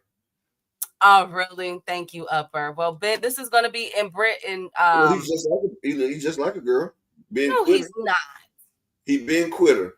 Hey, so let me ask you a question. Is he fighting the nigga that he fought last time? Yes. So he fighting the same guy? Yes. The same guy that he tried to suplex? No. Oh, my God. The guy suplexed him, Upper. His ankle was broke, for Christ's sake. Man, okay, Key. But he is running it back because it ended up in a draw. Ben Whitaker is 8-0 with a draw, and Liam Cameron is 23-6-1. This fight is happening in the UK. Shout out to our UK folks at the Resorts World Arena. It's scheduled for 10. Who do y'all got? Shout out to my nigga D1 in the cash app with the $3 holler. He say, for boxing fans are pussy for real, for real. Oh my goodness. Hi, D1. Thank you, D1. Y'all just keep trying to get people revved up. What do you mean by people?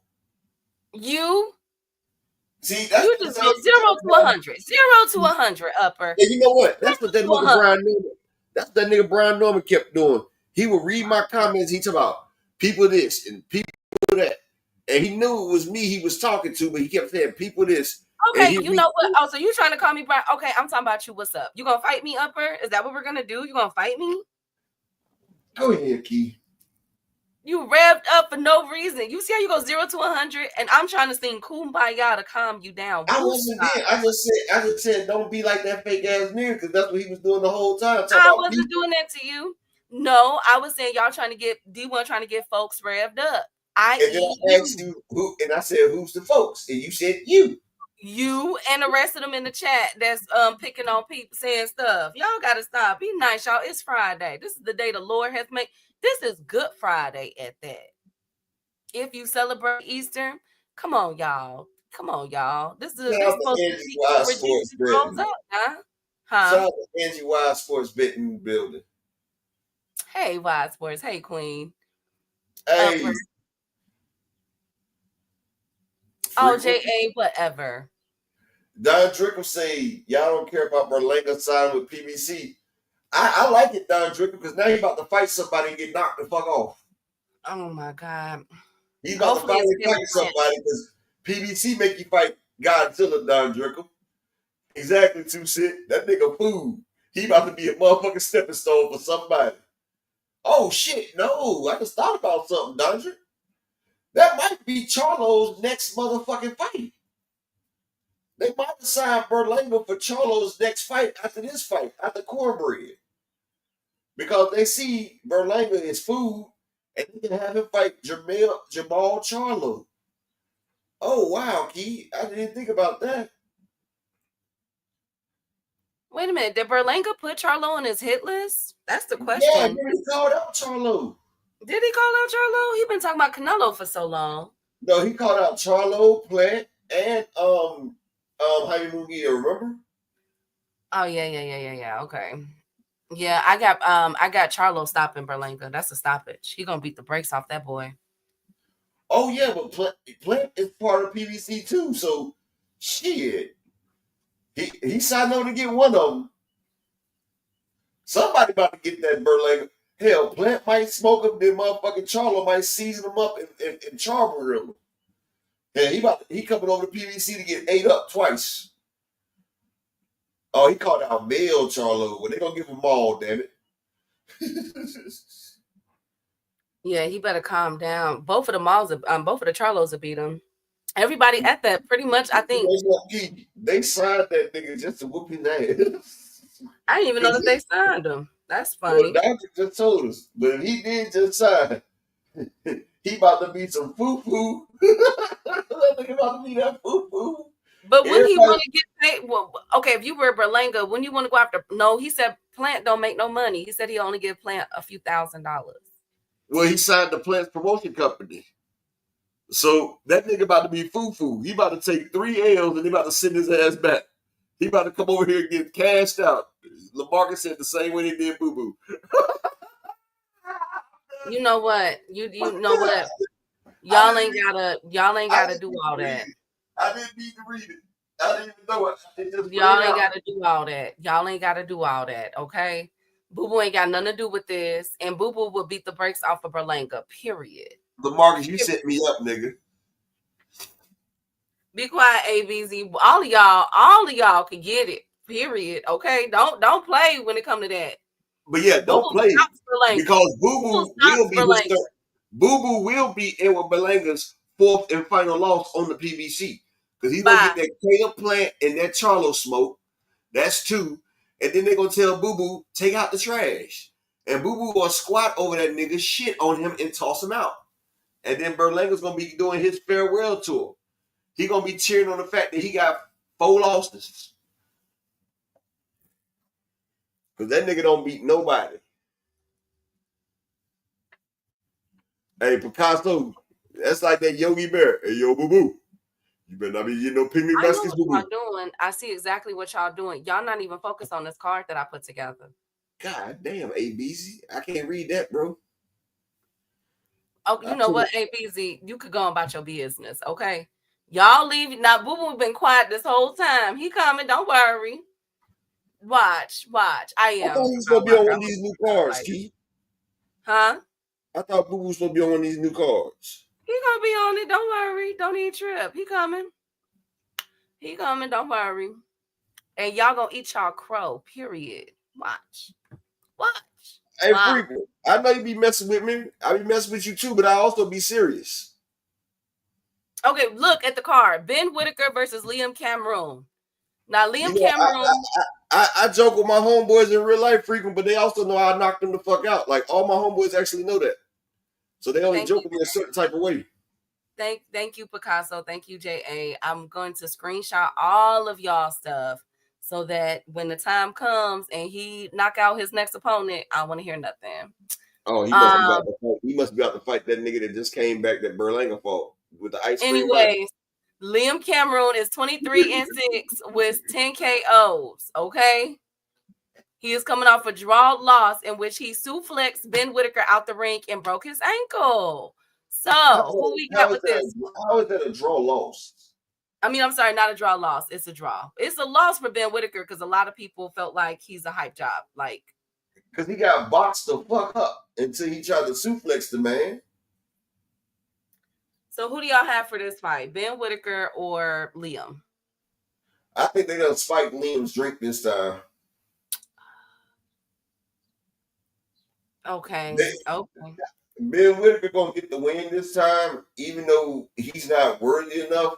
They done talked to this nigga and told him, look, we give you the rematch. You getting a higher purse. You know what you got to do. Our dude Whitaker, he's undefeated. You gotta let us do what we do. Let us shimmy on you. Let us dance on you. You know the script. They're gonna make that man stick to the script. How else if they got Ben Whitaker as he ain't the headliner, is he? Yes, he is. It looks like it. Okay, so this nigga's coming from the undercard to the headliner. What he think he Tank versus Roach or some shit? Like this is the shit I'm talking about, bro. Like no 2 cent. Ben Whitaker's a fraud and he cheated and he quit it. I don't like him. But yeah, they dude about to throw this fight. He about to throw this fight. I'm telling y'all that now. Dude throwing the fight. Okay, next up is Frazier Clark versus Ebenezer T-Top. Frazier Clark is coming. Frazier Clark got beat up in the first round by Fabio Wardley. We all remember that. He is 8-1-1 with 6 KOs. He's fighting Ebenezer, who is 23. I've never seen a dark-skinned guy that looked like this, whose name is Ebenezer Upper. That was kind of shocking to me. He's from Ghana. You say what about Ebenezer?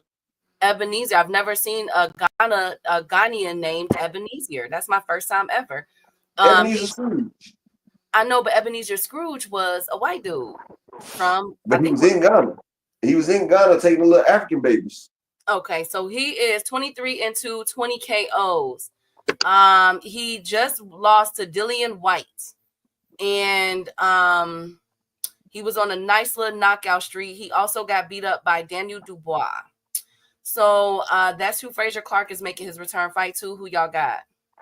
How old is he? Ebenezer is 36. Orthodox. I might go with Frazier Clark, but if Ebenezer was about 2 years younger, I would go with him. He's only lost to top tier people, Daniel Dubois. Well, he lost to one top tier guy, Daniel Dubois. Matter of fact, I'm going with Frazier Clark because that nigga got beat by Dillian fucking White. If you lose to Dillian fucking White, you can't fight. Fuck that. Okay. But don't bet on it, people. That's just me ranting. Okay, and then the last one is I like this fighter. His name is Tyler Denny. Tyler Denny is 19. Tyler Denny's is pretty good. He is 19-3-3 with 1 KO. He lost. He got knocked out by Sherez. We all remember that. He is making his redemption fight against Elvis Ahagora. He is 13-3 with 12 KOs. He's also from Ghana. He just came off of being knocked out by Callum Simpson at 168. Who we got? Tyler Denny should put on a boxing. Tyler Denny should put on a boxing clinic, but Tyler Denny's don't have no power, though, Keith. Like, you see how many knockouts the man got, don't you? Yeah. He got one fucking knockout. Like, this is one puncher. And with that one knockout, he still punched harder than Shakur though. But still, like I was saying, Oh my God. he does because he's bigger. But here's what Shakur will be if Shakur moves past the 140 to move up to 140. His power don't matter.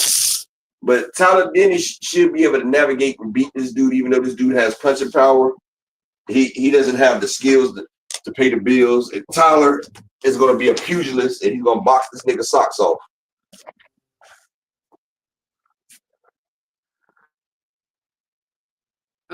Okay.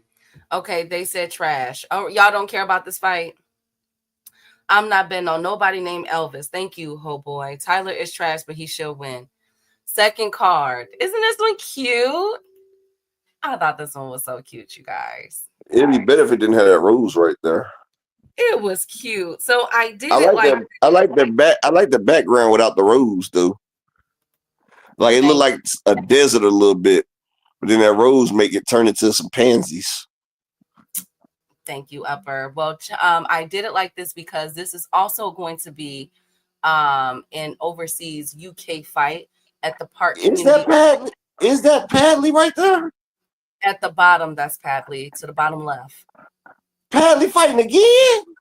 I just said that you don't listen to nothing I say. Yes. Oh, wow. So he recovered that fast from a Shakur fight. Oh, wow. That's usually when a motherfucker fight, they got to take a couple months off. Boy, this nigga fought Shakur, he fight the next month. Oh, wow. 10 rounds with Shakur, they don't even make him take the mandatory 3 months off. Usually if you go more than 8 rounds, they make you take a mandatory 90-day suspension. So this nigga didn't have no type of motherfucking injury. So they told that motherfucker, yeah, like Key. Like they made Key didn't have to get no suspension. That mean that nigga Shakur hit them with pillows. Burn, Steve. God damn. That's not nice. That's the first time I seen somebody go over 8 rounds and didn't get a mandatory suspension. What the fuck, dude? Zepeda about to kill this nigga, dog. Upper. See, now y'all being messy. Y'all being messy. Josh Padley is 15. Josh Padley is 15-1. His loss came to Shakur. He got stopped in the 9th round. He is fighting. What day was that he fought Shakur, Miss Key Alexandria? Oh, you are being so messy right now. No, what day was his last fight on? It was on Riyadh season in Saudi Arabia on February 22nd. So February 22nd. So he's fighting less than 45 days?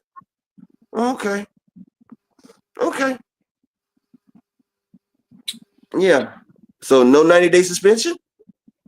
No, he was not placed on suspension, Upper. But he is fighting in the UK. So maybe that's why, right? Maybe because it was overseas and now it's going to be a UK fight. Maybe that's why he isn't on a suspension, maybe. Nope, that nigga that fought Ishmael Barroso or Howard Davis, that nigga was on a 6-month suspension after his fight. Well, yeah, Howard Davis was on a 6-month suspension. Well, Josh Padley is fighting a guy who is 13-0 with 6 KOs. He hails from Serbia. His name is Marko. I'm not going to butcher his last name. Orthodox fighter, 5'10". He fought some people that we never heard of, but the people that he's knocked out, they were 23-14. He fought somebody that was 11-8 and 16-51. He knocked him out. 19-61. Pat work about to beat this nigga ass. This nigga just went through Shakur. He done leveled up. Pat work about to beat this nigga ass. Exactly, Rod Walker. You called it. She said, Marco, I holla Polo. Key didn't get you. I'm not being petty with y'all. But yes, Josh Padley, because the opponents that this guy Marco was fighting, 23-14, 19-61, 16-51. Yeah, this is not 11-8, 3-4.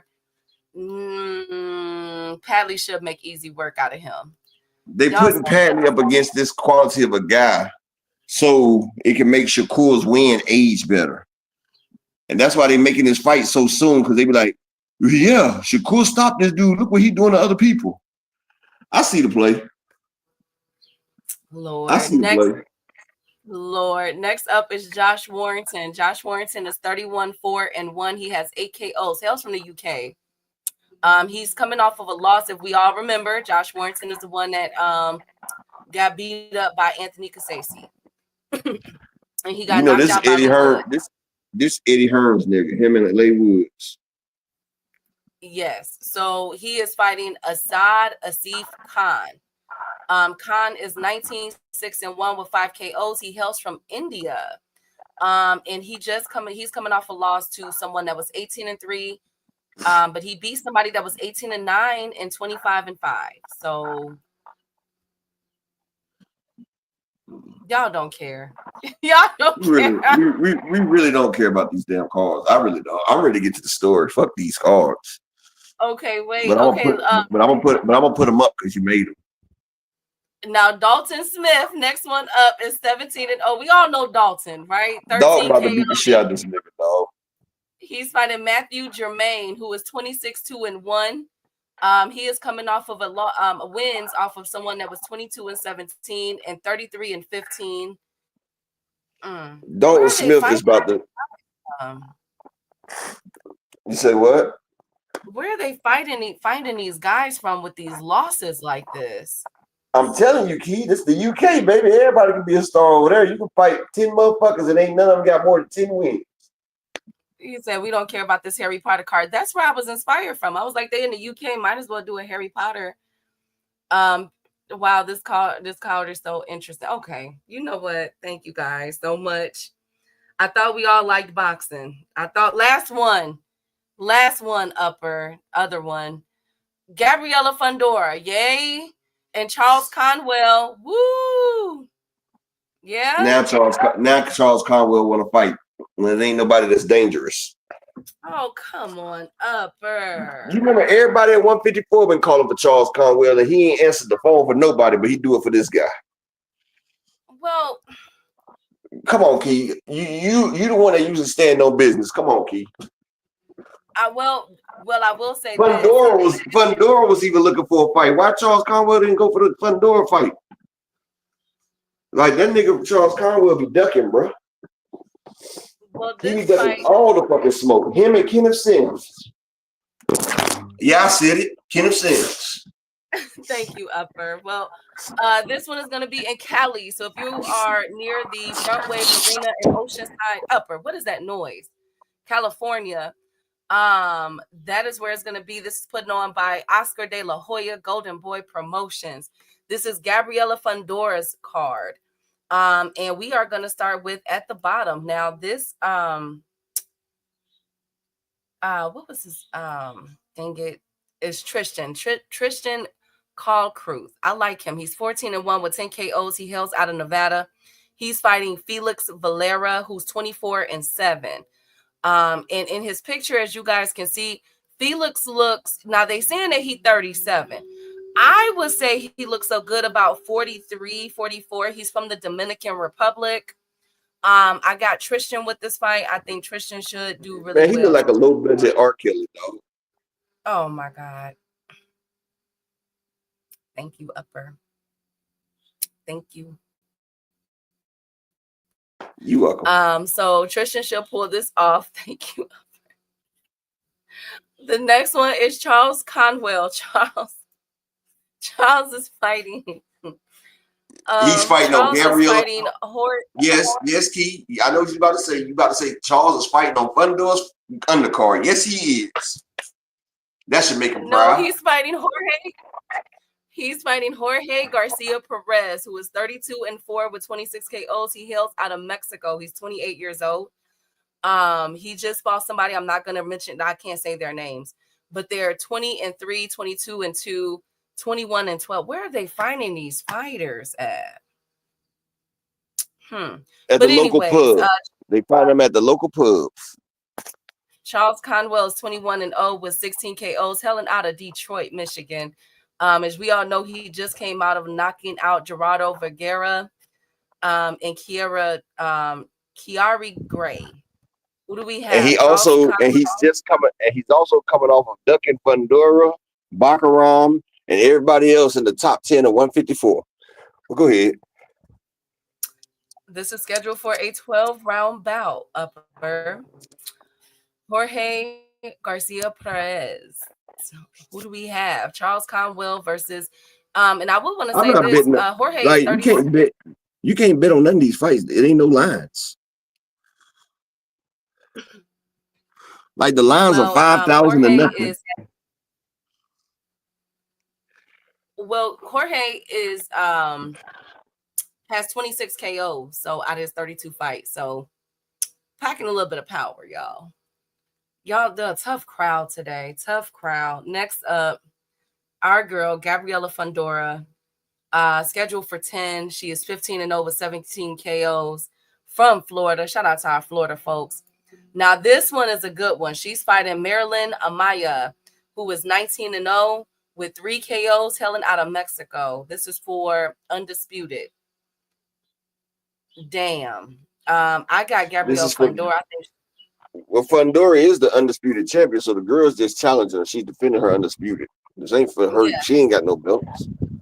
Yeah, this for Undisputed. Well, okay, defense of Undisputed. Yeah, this Fundora about to beat the shit out of this small ass fighter because Fundora gonna rehydrate 40 pounds heavier than this girl and beat the shit out of her like her brother does. Well, and it's sad because Marilyn is 5'3" and Gabriella is 5'10". So Lord, she's actually 6'1". She's actually 6'1". Lord, this is gonna be a bad stop. It's gonna be brutal.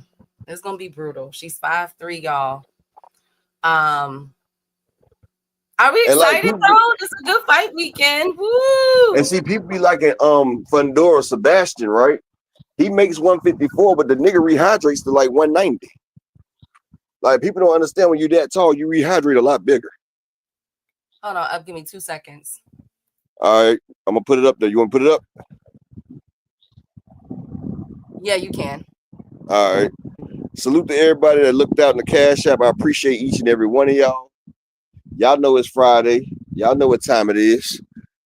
She gonna tell y'all to get it, but I'm gonna tell you to get it first. Get you something to smoke on, something to sip on. You know, give Frequent the middle finger. Say, nigga, it's over with. DC Sanchez come through at the last minute. Salute to her. These, are you buying a Canelo fight? I know you is. You ain't got to answer that, mama. I know it. I know you about to get Saul Canelo Alvarez. Yes, you are. But salute to everybody, man. I appreciate y'all, man. We made it. Another week. You back, Key? Nope, she ain't back yet.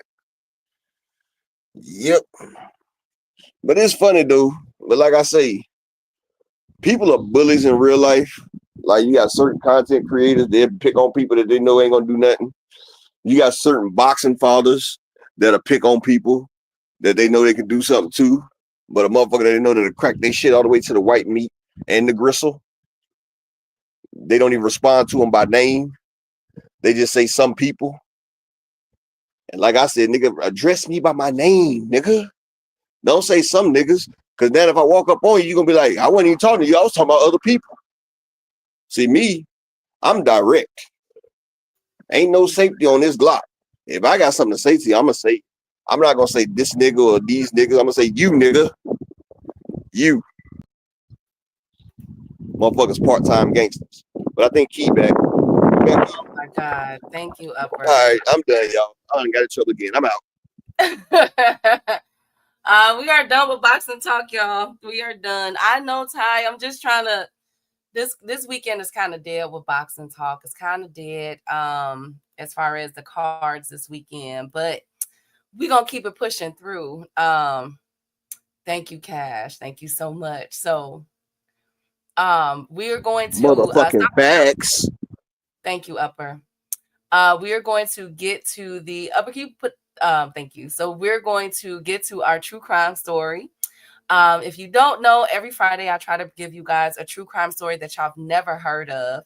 and that I've studied, many, many, many times. Okay. And this one right here, it was so crazy because New Orleans is known for Mardi Gras, is known for Bill, you know what I'm saying? Just for the blues, everything. You know what I'm saying? Like New Orleans just have, you got the Creole culture. New Orleans is one of those places where if you see a white person, they're not really white because they might be Cajun. You know what I'm saying? Or French. You see a black person, they French, they Creole. You feel me? Like everybody got some mixed up in them. Like New Orleans, in my opinion, needs to be studied from a cultural perspective. But one thing that people don't know about New Orleans is that there was a time, only about 15 years ago, where, well, 20, excuse me, where they were running rampant with serial unalivers. I mean, it was crazy. It got to the point where the serial unalivers were overlapping and going 30 for 30 with each other. Okay. And this spooked the community. Well, excuse me, the parishes, because they don't have, they don't have cities or nothing. In New Orleans, everything is called a parish. So it spooked the people that were in these parishes because it was bodies dropping everywhere. And so from a period of time, there was about 4 serial killers running rampant, and there were bodies dropping from each corner. And what confused investigators during this time was that they were of all different races and both genders. Okay. So they had to really dig deep and even get help from an FBI profiler to locate who this individual was. And they actually tried to pin the cases on one individual because they had no idea that there were 2 separate serial killers operating in the same vicinity. Okay. At the same time.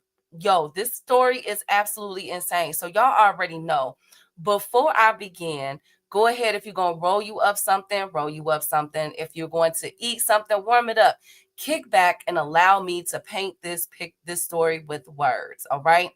This is the story of the Bayou Strangler, aka the Zip Tie Strangler, aka, okay, because he got a few aliases, okay, Dr. Jekyll and Mr. Hyde. All right.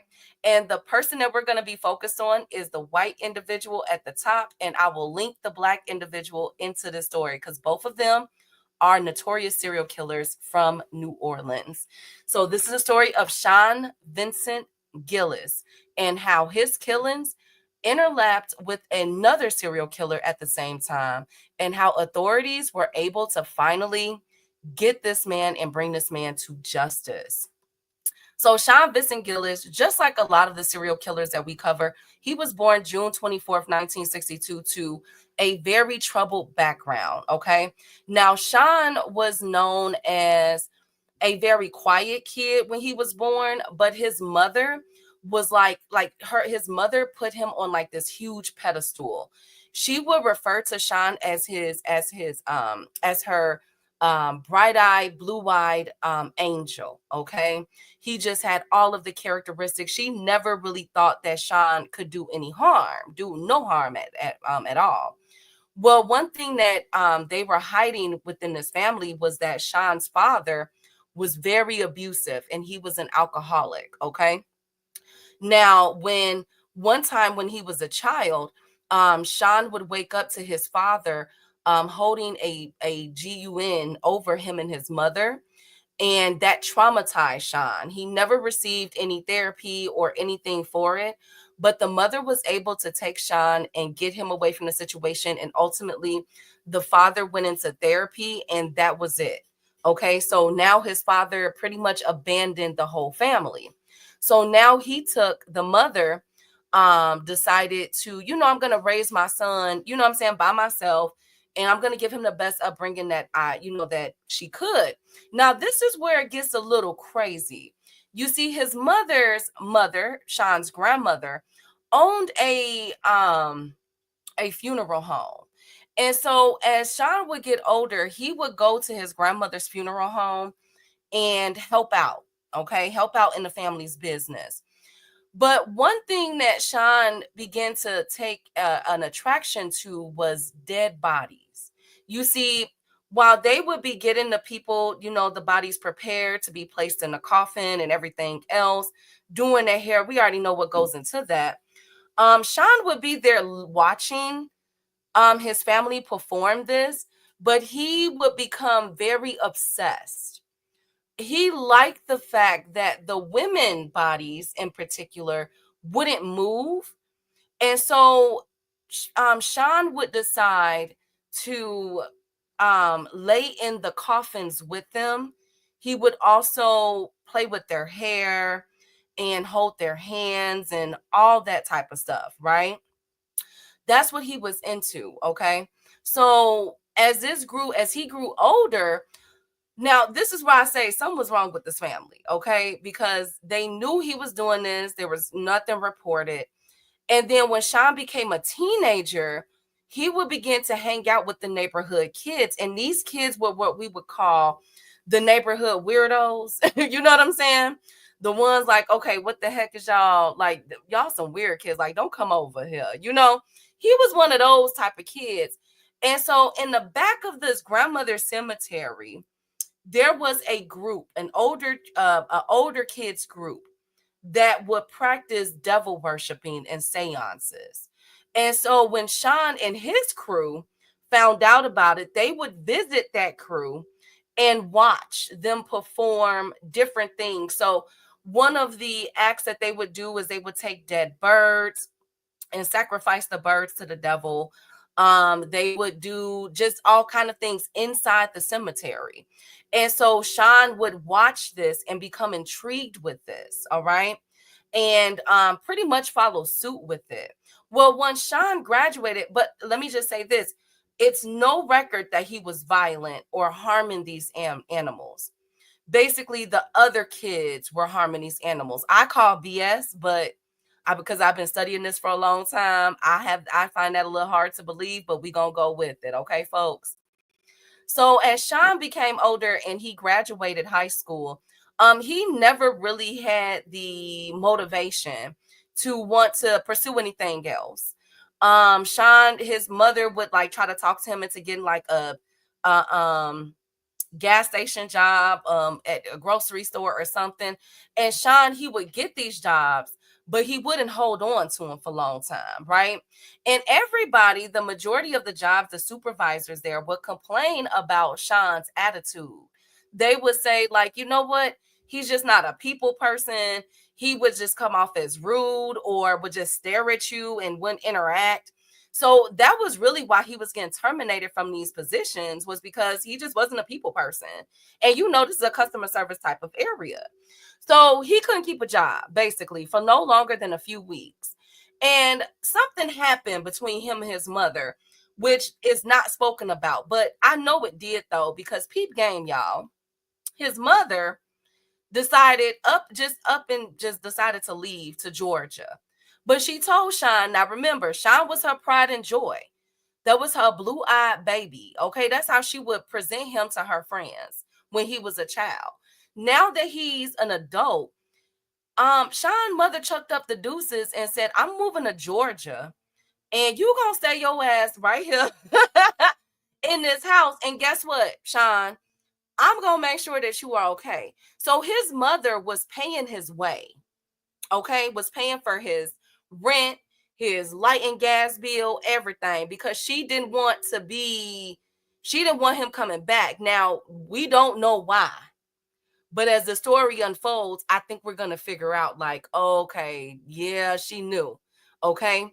Now, as Sean is going through in and odd jobs, one thing that he does come into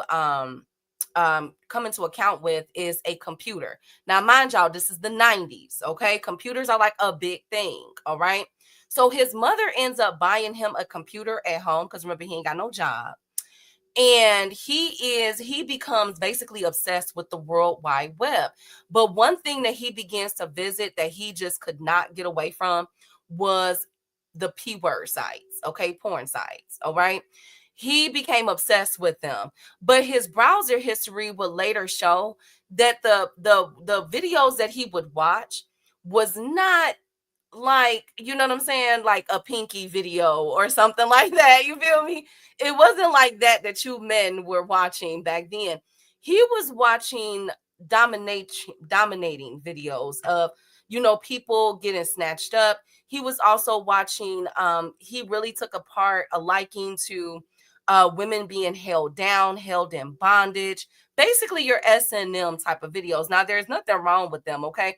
Some of us like a good time, okay? There's nothing wrong with that. But his obsession, he would spend sun up to sundown watching these videos all the time, right?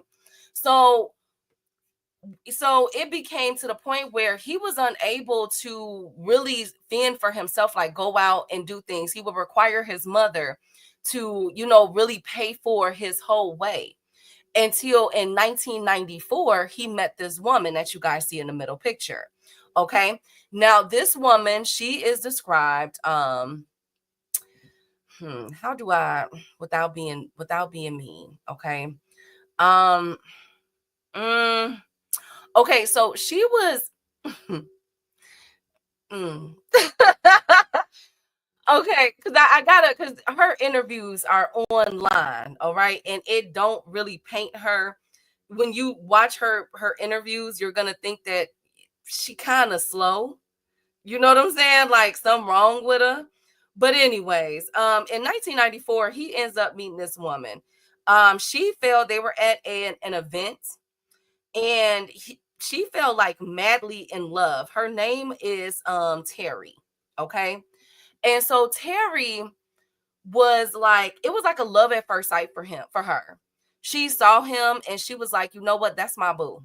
All right, so instantly, as soon as she met him, a few weeks later, Sean ends up moving in with Terry. Okay, she stayed in like a small modest home, one level home. She drove a small Cavalier car, all white, and she worked at a gas station, at a convenience store up the street. She had a very simple routine, but one thing that she suffered from was seizures. Okay, so over the years, she went from being independent, you know, leaving Sean at home, you know what I'm saying, let him do whatever while she was outside making the money and working. But as the seizures began to kick in, she would have her driving privileges restricted. And so Sean would, you know what I'm saying, would have to start driving her to work. But one thing that she noticed was that throughout their relationship, Sean wouldn't be active with her. He really wouldn't have sex with her. Okay. Not to mention, she noticed that he spent a lot of times on that dang on computer. And so Sean just up and told her one day that, look, I gotta, you know, I like this stuff. This is what I watch. I like my porn. Okay. And so she kind of backed off. She didn't say anything. She allowed Sean to watch his videos and, you know, and not perform with her in the bedroom. And she didn't say nothing. She was okay with their lifestyle because in her mind, he was perfect at the end of the day. He was still a really good guy. Okay. But little did she know that Sean, when she would leave out for work, would be getting the household ready for his own storage of the things that he was going to start taking from women, and that he was pretty much developing his own devices to start attacking these women. All right. So what we do know is that his first murder, I have to say this because technically, y'all, we really don't know. They really don't know how many times this man has unalived people. But we do know is that his first one on record. Okay. So his first one on record was an 89-year-old woman. It was on March 21st, 1994, a few months after he met and moved in with his girlfriend, Terry. She was an 89-year-old woman. Her name was Ann Bryan. She was living in an assisted living facility, but it was like one of those her own houses, you know. And so it's not known why he decided to attack Miss Bryan. She was 81 years old. She's at the bottom left-hand side, the first picture. And she didn't have any enemies. Nobody was ever seen outside stalking her. This seemed like a random, you know, act, pretty much. That's how the authorities was looking at it. So on this day, she would always leave her door open for the visiting nurses, right? And so this day, Sean decided to just walk in. Ms. Bryan started screaming. And so Sean took out his knife, one of his in his kill pack, right? And sliced her throat and stabbed her over 20 times. He stabbed her from head to toe, including her groin area. So then he left her, didn't rob anything, didn't take anything, and then left her right there and just vanished. Nobody seen anything, nobody heard anything. Investigators were perplexed. Like, wait a minute, how, like what? So her case would go cold for 5 years. Now, in this time, it is reported that what stopped Sean from unaliving more victims was Terry. Okay, Terry would begin to show him, I guess, more love and affection, more understanding. They would be out, you know what I'm saying, going to Christmas parties together, you know what I'm saying, just having a really good time. However, there are some authorities that feel as though he did it, we just haven't found the bodies yet. Okay. So for 5 years, so from 1994 to 1999, Sean Vincent was ghost. He wasn't unaliving anyone that we can report of as of now. He wasn't working. Well, I will say this: Terry did try to get Sean a job at the convenience store that she was working at. It lasted 3 weeks, and he was terminated. Okay, again, he was not good at working. Okay.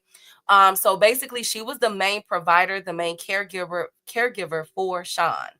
So in 1999, specifically January 4th of 1999, he met a woman, the second one at the top, named Catherine.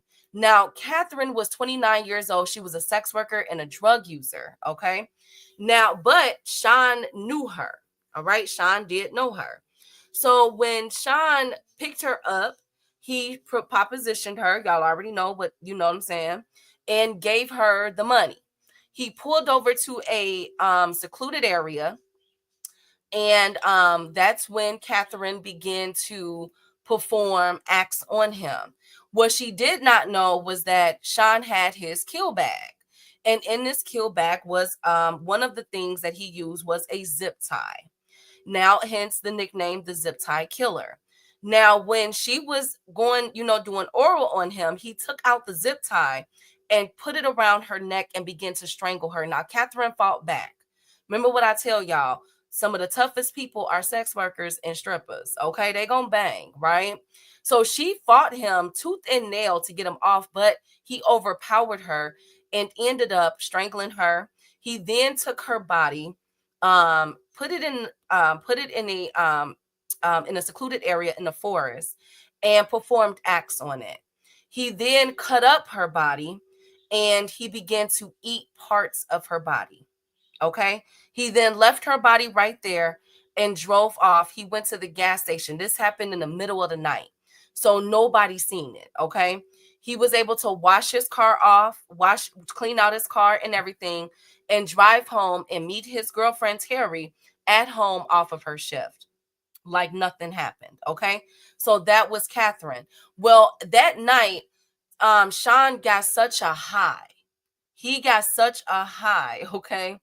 Oh no, it's okay. Sean got such a high from this that he could not stop. He said, you know what? I got to do this again. And that's what he did. 4 months later in May, he met up with another girl named Hardy Schmidt. She was 52 years old. Now, Hardy was another one. Unfortunately, she was a drug user and everything. And so he met up with her and did the same thing that he did to Catherine. Okay. This time he would bludgeon her just a tad bit worse than what he did to Catherine, but it was still the same. Zip tie, cut up her body parts, and he would take one of her body parts, one of her limbs, as a souvenir, dump it in a secluded area, and unfortunately her body wouldn't be found for months later. Okay. So now he's on a high. He's like, yo, I gotta, you know what I'm saying? He can't stop. And now because he's able to taste the women's flesh, he's feeling like, you know what? This is what they deserve. So he begins to nickname his zip tie as the he calls it the objectifier. The objectifier is used to object women to what he see fit. Okay. So now he's going to start unaliving these women that way. And now he can't stop because God ordained him to do this. So his next victim is another one. A few months later in November, her name is Joyce Williams. She was 36 years old. Now, Joyce was a little different. Okay. Now, Joyce, she didn't know what was going on. You know what I'm saying? Like it wasn't reported that she was into that type of lifestyle, but it didn't matter. He seen her. And one thing that he liked about Joyce was her legs. He really felt like her legs were just like the sexiest thing in the world. And so after he got her, abducted her into his car, he decided to bring her back to his house while Terry was away at work. And he put her lifeless body on top of the table and began to sever her legs apart. He also severed off her head. He took the limbs, put it in a trash bag, put that in the back seat of the trunk, and drove it and scattered her body, her limbs that he saw fit to scatter outside in the world while keeping some of it to himself. Okay. Very sick individual. All right. Now, the reason why I'm going into detail is because you're going to see the overlap with Derek Lee Todd that we're going to get to. Okay. Or Derek Todd Lee. But anyways, so he's feeling high on this. All right. The next victim will be only 2 months later in January of 2000. Her name was Lillian Robinson. All right. Same thing with her. She was 52 years old. Saw her walking, abducted her, and cut up her as well. Okay. What he liked about her was her arms. And so he would make sure that he severed her as well. But he had to be quick with this one because his wife was, Terry was about to get off from work. So he couldn't really do what he wanted to do. And yes, there was necrophilia performed in all of these acts. So he was actually sodomizing the bodies afterwards. All right. And then his next victim, her name was Marilyn Nevels. Now, she was several months later after Lillian. She was 38 years old. She was an individual that was hooked on drugs as well. And so she tried to get away. After he kidnapped her, she tried to fight him off, and she did for a few moments, but she didn't get far. Now, this was the only victim outside of the 81-year-old that he actually bludgeoned her. He beat her, and he wasn't able to do what he wanted to do. She only was knocked unconscious, and he threw her off of the bridge of the Mississippi River. Okay. And she actually died by drowning. Okay, so that's the only one he wasn't able to really do what he wanted to do with this one. So now he's feeling good. You know what I'm saying? For the past several months, he's been getting away with it. And now investigators are perplexed because not only do we have 6 bodies that's being found, we also have several other bodies. You see, this black gentleman by the name of Derek Todd Lee was also unaliving victims in the same vicinity at the same time in New Orleans, right?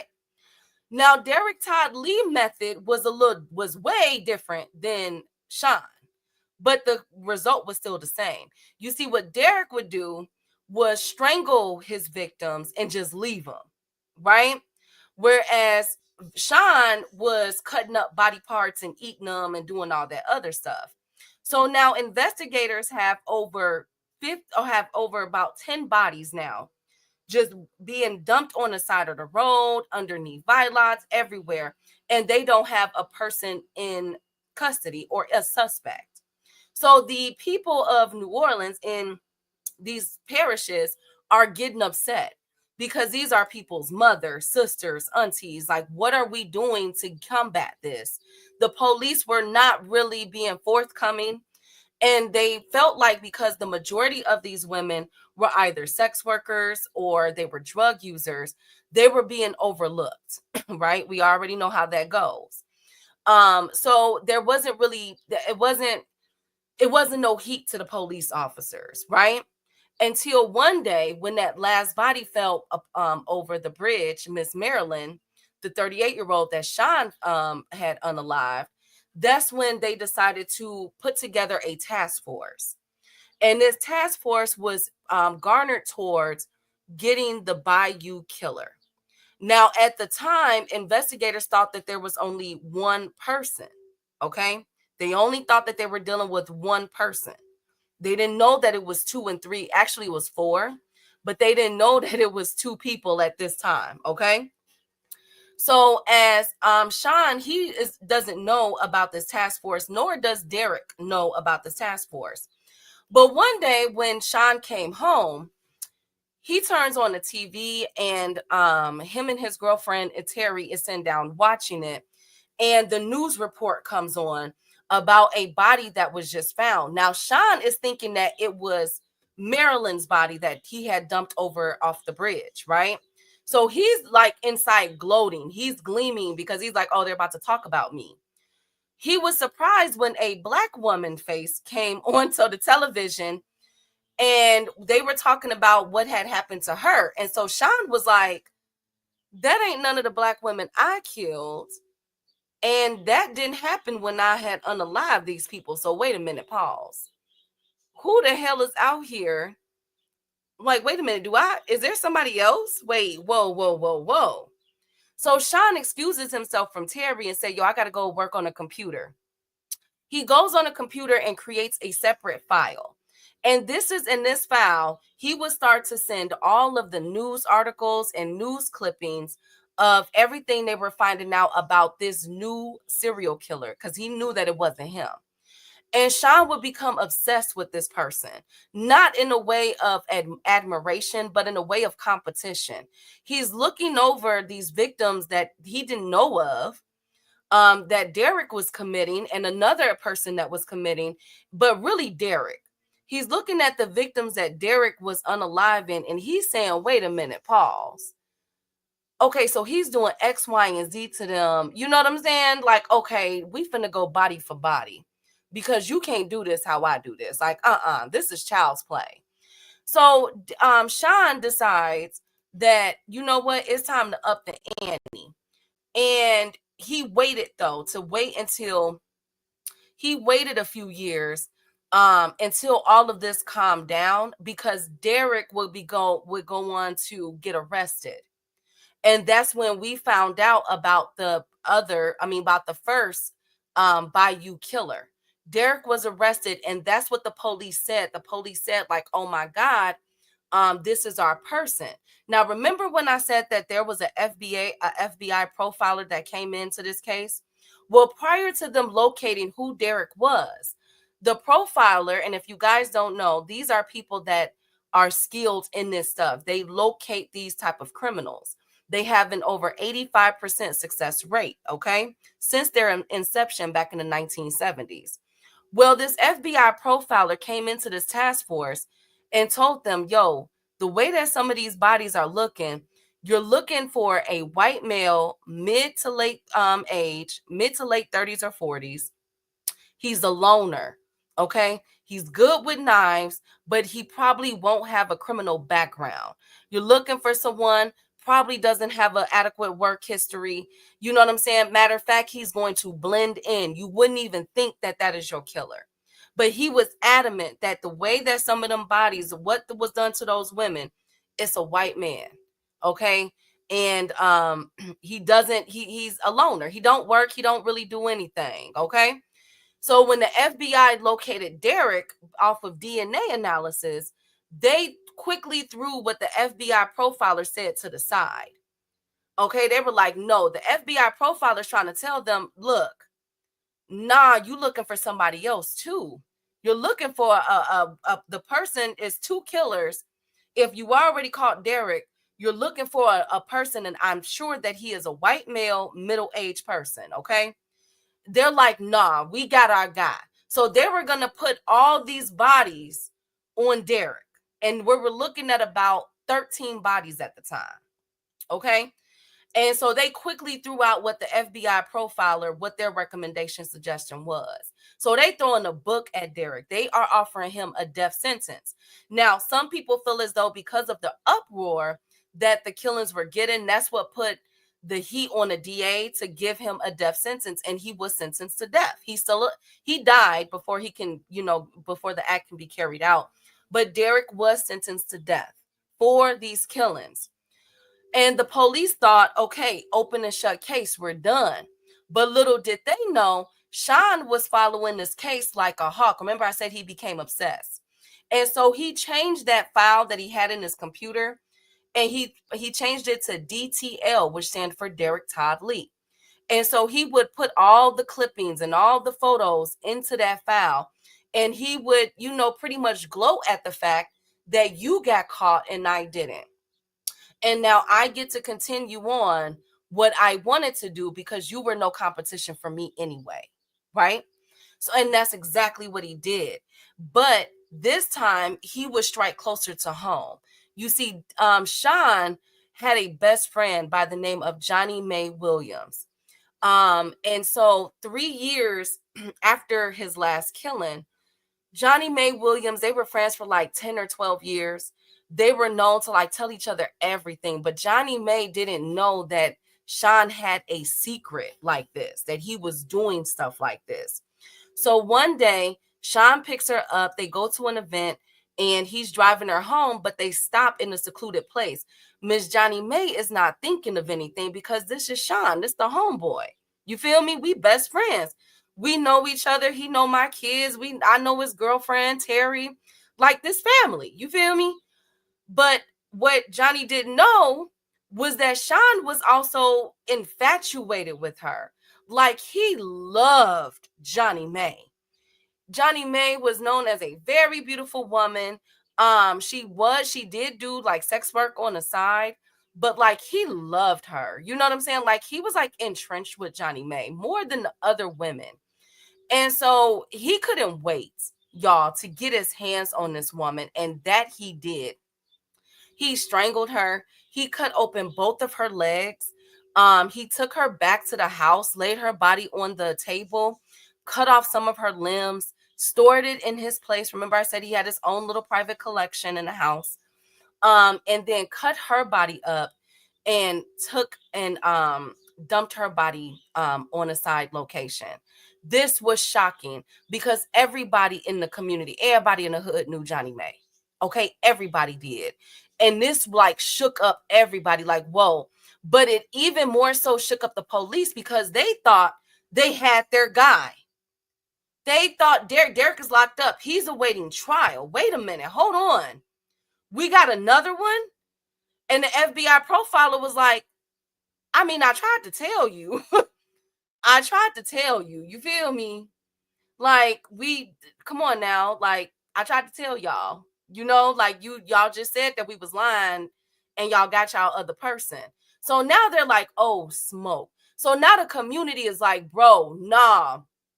Y'all said y'all had this person and he just killed Miss Johnny May.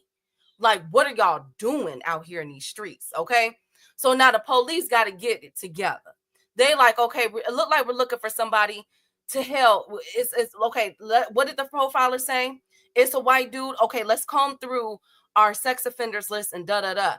So they looking for all kind of white dudes that's in the area at this time. Nobody is getting, you know what I'm saying? Nobody is causing an alarm in their system. Nobody's sticking out. But remember what the profiler said. He would be a loner. He more than likely has never been caught before, has never been in jail or anything. Right? So it's like they're pretty much still bypassing what the FBI profiler has already put forth. You know what I'm saying? But that was perfect for Sean because now he finally got one of the women that he could finally, like he wanted all these years. And that was Johnny May. The police is looking over elsewhere. And now he's free to still operate in what he wants to do. And so his next victim would only be a few months later after Johnny May. And that was 43-year-old Donna Benson Johnson in February. Now, Donna, he would do her worst, okay, that he did. Now, I know everything that I've described was like, oh my God. But like with Donna, he did her in. Now, it is not known why he was so angry with Donna because that's what it pretty much looked like. But what we do know is that he took her hands, cut them off. He put them as souvenirs in his home, and he would put nail polish. He would paint her nails. Like, it was sick what he did to her. He also ate her. And I want to say that everybody from excluding the 81-year-old, right? All the other victims, he had a camera in his kill kit, and he took pictures of all of their bodies and in their positions. The woman that had the most positions, of course, was Johnny Mae. He would undress her. He would put on clothes that he wanted her to wear, her lifeless body, and take pictures of her. Okay. And so I'm telling you this because that was a smoking gun. Now, what he messed up at is that how he dumped Donna's body was he went to a area where there was water, right? And so when he drove through the mud, he dumped her body, and when he drove out, the tires left an imprint. And so when hunters, they were out hunting, they saw this body, they called the police. They did a thorough investigation and looked at the track prints. And so they were able to go to a mechanic shop and identify that these tires came from a Cavalier. All right. And so the sergeant, his name was Sergeant Mack, he is pissed off because, we thought we had our person, and now this makes two bodies back to back. We need people. So he called all hands on deck, ladies and gentlemen. He had them scouring everybody that owned this type of car. Every car that used this damn tire, he wanted them found. And they came out with a list of 90 people. Well, guess who was number 26 on that list? Sean Vincent Gillis. So they went to Sean's house, and when before they went to his house, they looked up his background. No arrests, nothing out of the ordinary. They tried to see, who was his girlfriend. She was nothing, spectacular, no disrespect to her, but she didn't stand out.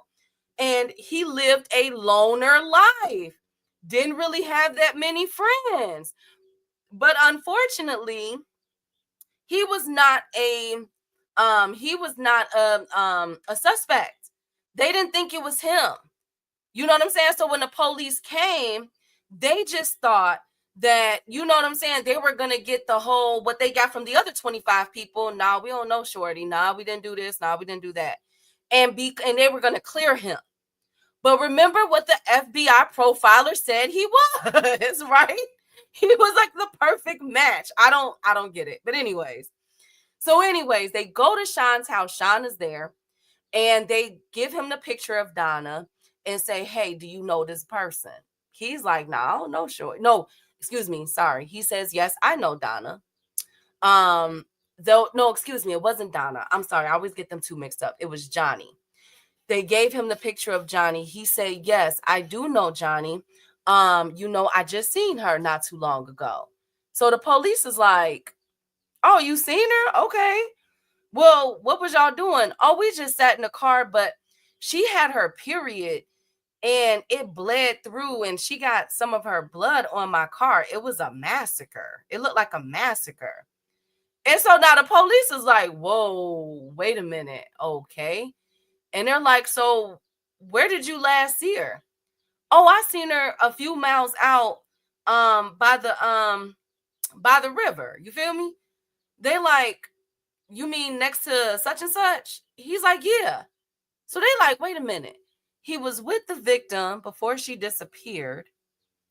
She left blood in the car from her menses, and they were at the crime scene."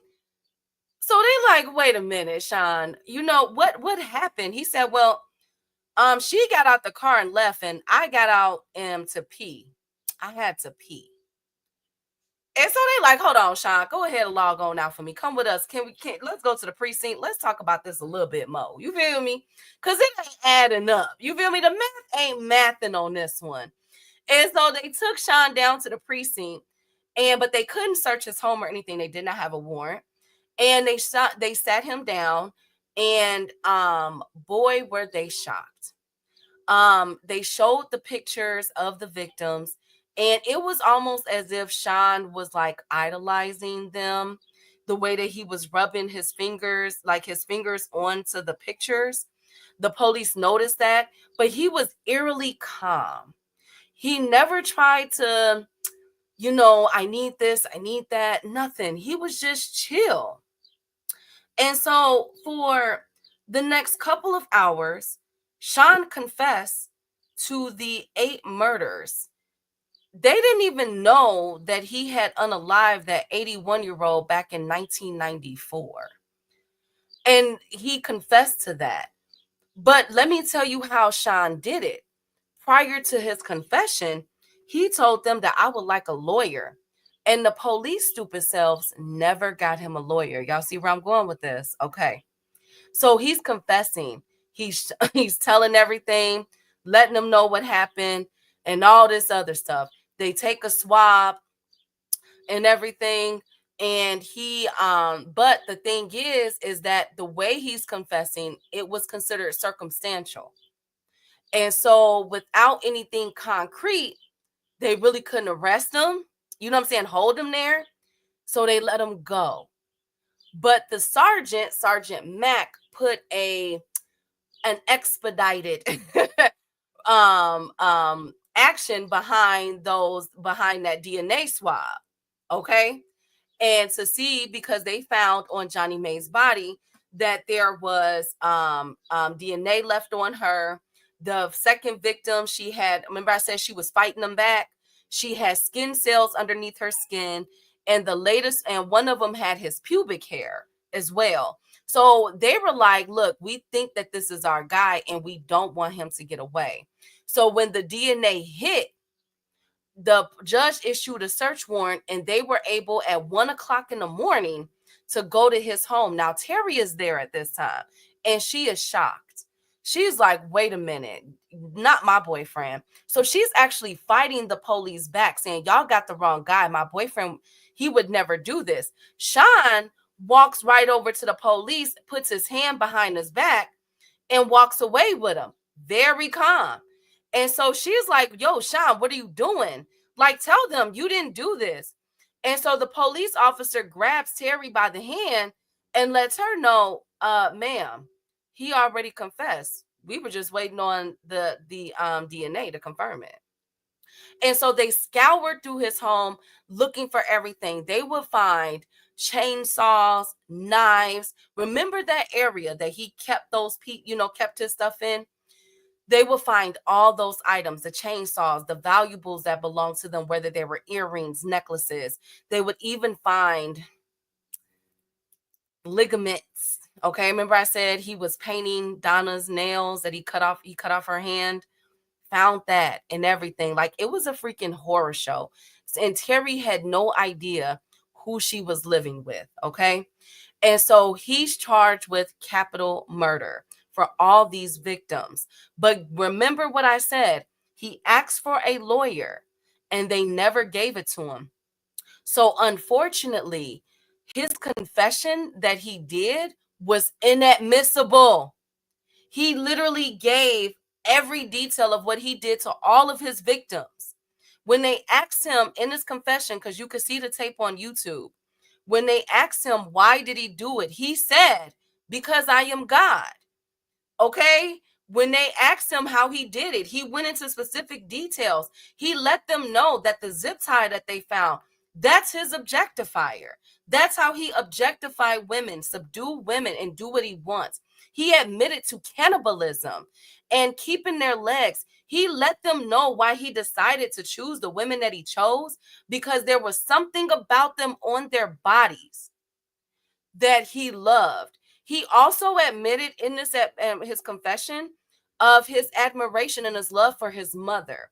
You see, he loved his mother in a sick way. He's on record saying that if he could sleep with his mother in the same bed, he would have. So investigators feel like that's why he unalived the 81-year-old woman, because that was like the motherly figure. She was the oldest one of his victims, right? And that's why he went so hard on her as far as how he unalived her, was because he was expressing his anger to his mother, because remember, the mother left him in Georgia and just decided to pay for everything. She didn't want to be around him at all. Okay. So that's why they feel like he did that to that woman. And the rest of them was like his Johnny Mays and the women that he can like really control and what he felt was attractive on them. He had a very huge admiration for women with nice legs and their hands and or arms. Okay. Does that make sense? All of that I just told y'all is in the video, and it was granted inadmissible because the detectives did not give him a lawyer when they needed it. But remember when I said all of his victims came with pictures? The sergeant was adamant about nailing this man to the cross because they knew that they could not let him out on a technicality. And unfortunately, Sean's trophy room would be the smoking gun, the nail that they needed to nail him to the coffin. He had dozens of pictures of all of his victims laid out. So, in everything, whether they were on his kitchen table, whether they were outside, he took pictures of them while they were in his trunk of his car after he had unalived them. He would put their bodies in a trunk. He had everything. So that's how they were able to fully get him, not by his confession, but because of his pictures. And thankfully, he was put away.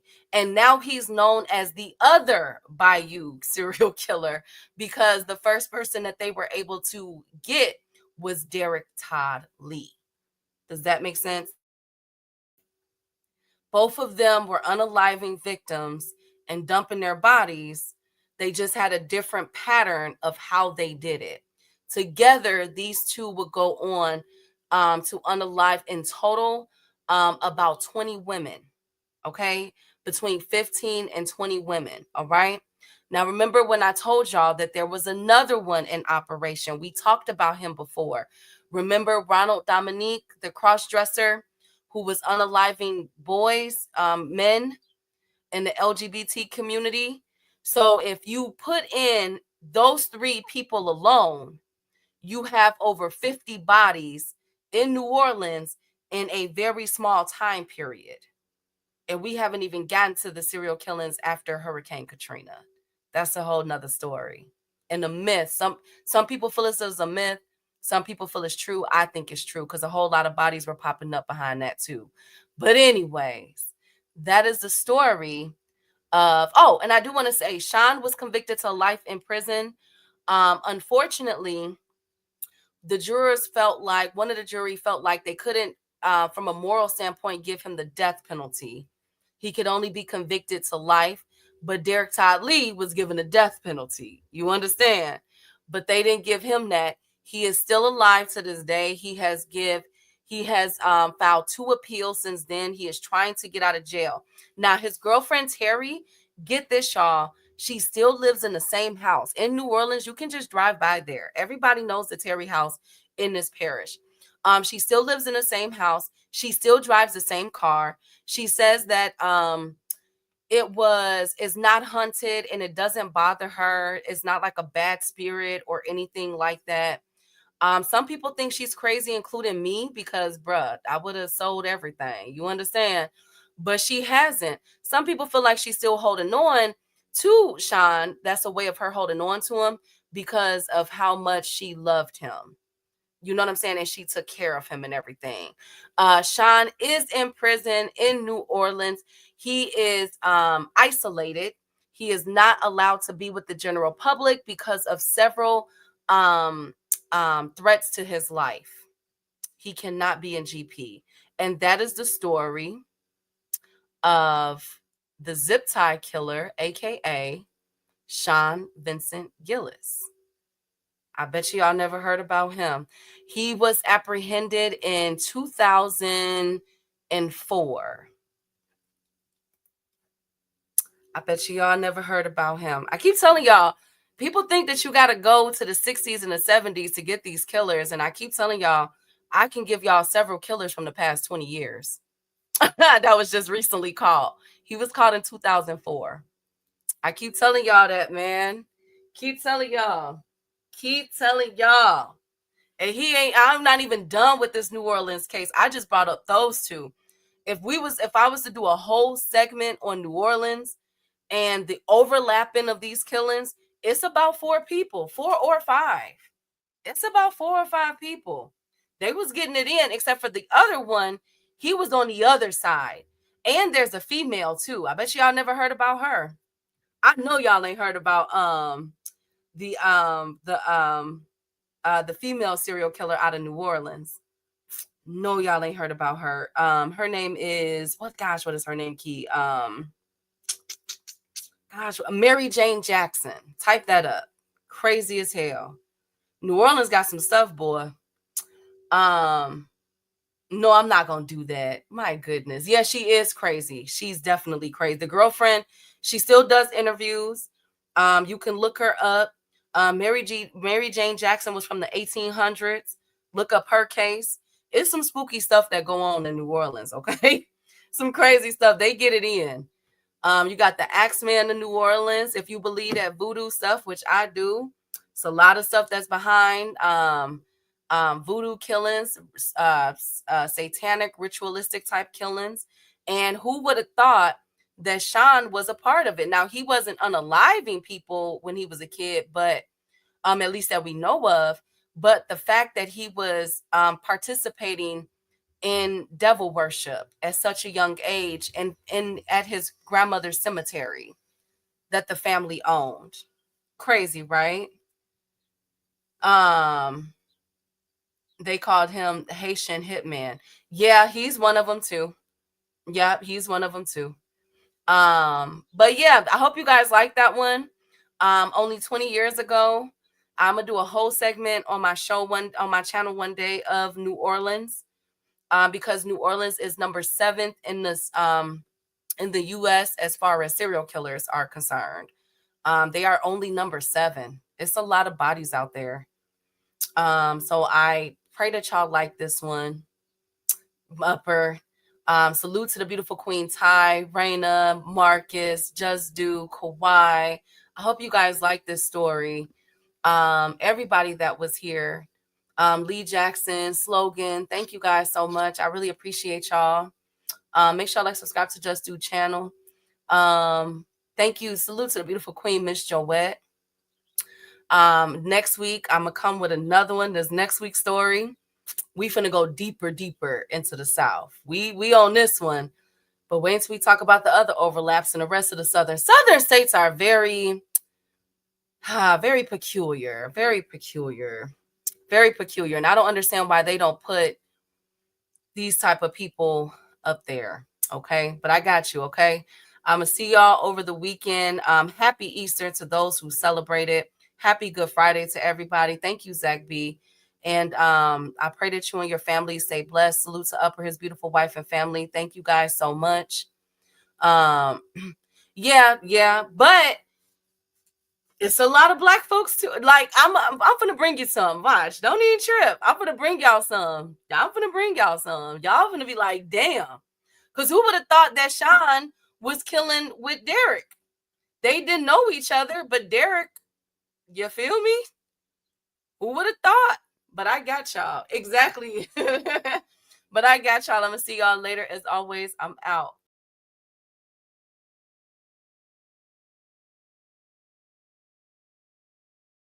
I think you're a hater. They want that smoke, bitch, I got it for 'em. They want that smoke, bitch, I got it for 'em. They want that smoke, you know I blow it. They call me Sunny Monster for a reason. I'm really dripping, leave a nigga bleeding. I get to squeeze and leave a nigga. They want that smoke, bitch, I got it for 'em. They want that smoke, bitch, I got it for 'em. They want that smoke, you know I blow it. They call me Sunny Monster for a reason. I'm really dripping, leave a nigga bleeding. I get to squeeze and leave a nigga bleeding. Raw Molly got me all up in demon mode. Mouth moving like I done put clean in my nose. Tryna catch me a op, I can leave with some hoes. He standing straight up, watch I make him lean with this pole. Would've thought he was closed, how that heat made him fold. Thought it was a game, he won't think no more. His brain's gone, nigga. It be exciting when I get to striking. Guns sound like thunder, hit you like lightning. Fight for your life, we don't do no fighting. We really hit it, nigga. We worse than savage. They calling us Vikings, police be riding, we still be sliding. Told you we hitters, remember the time. They want that smoke, bitch, I got it for 'em. They want that smoke, bitch, I got it for 'em. They want that smoke, you know I blow it. They call me Sunny Monster for a reason. I'm really tripping, leave a nigga bleeding. I get the squeeze and leave a nigga bleeding. They want that smoke, bitch, I got it for 'em. They want that smoke, bitch, I got it for 'em. They want that smoke, you know I blow it. They call me Sunny Monster for a reason. I'm really tripping, leave a nigga bleeding. I get the squeeze and leave a nigga bleeding. How about I leave them holding like the Bible? AR-15, that's a high-pound rifle. A in the army and assassinate rivals. Break that shit down, nigga.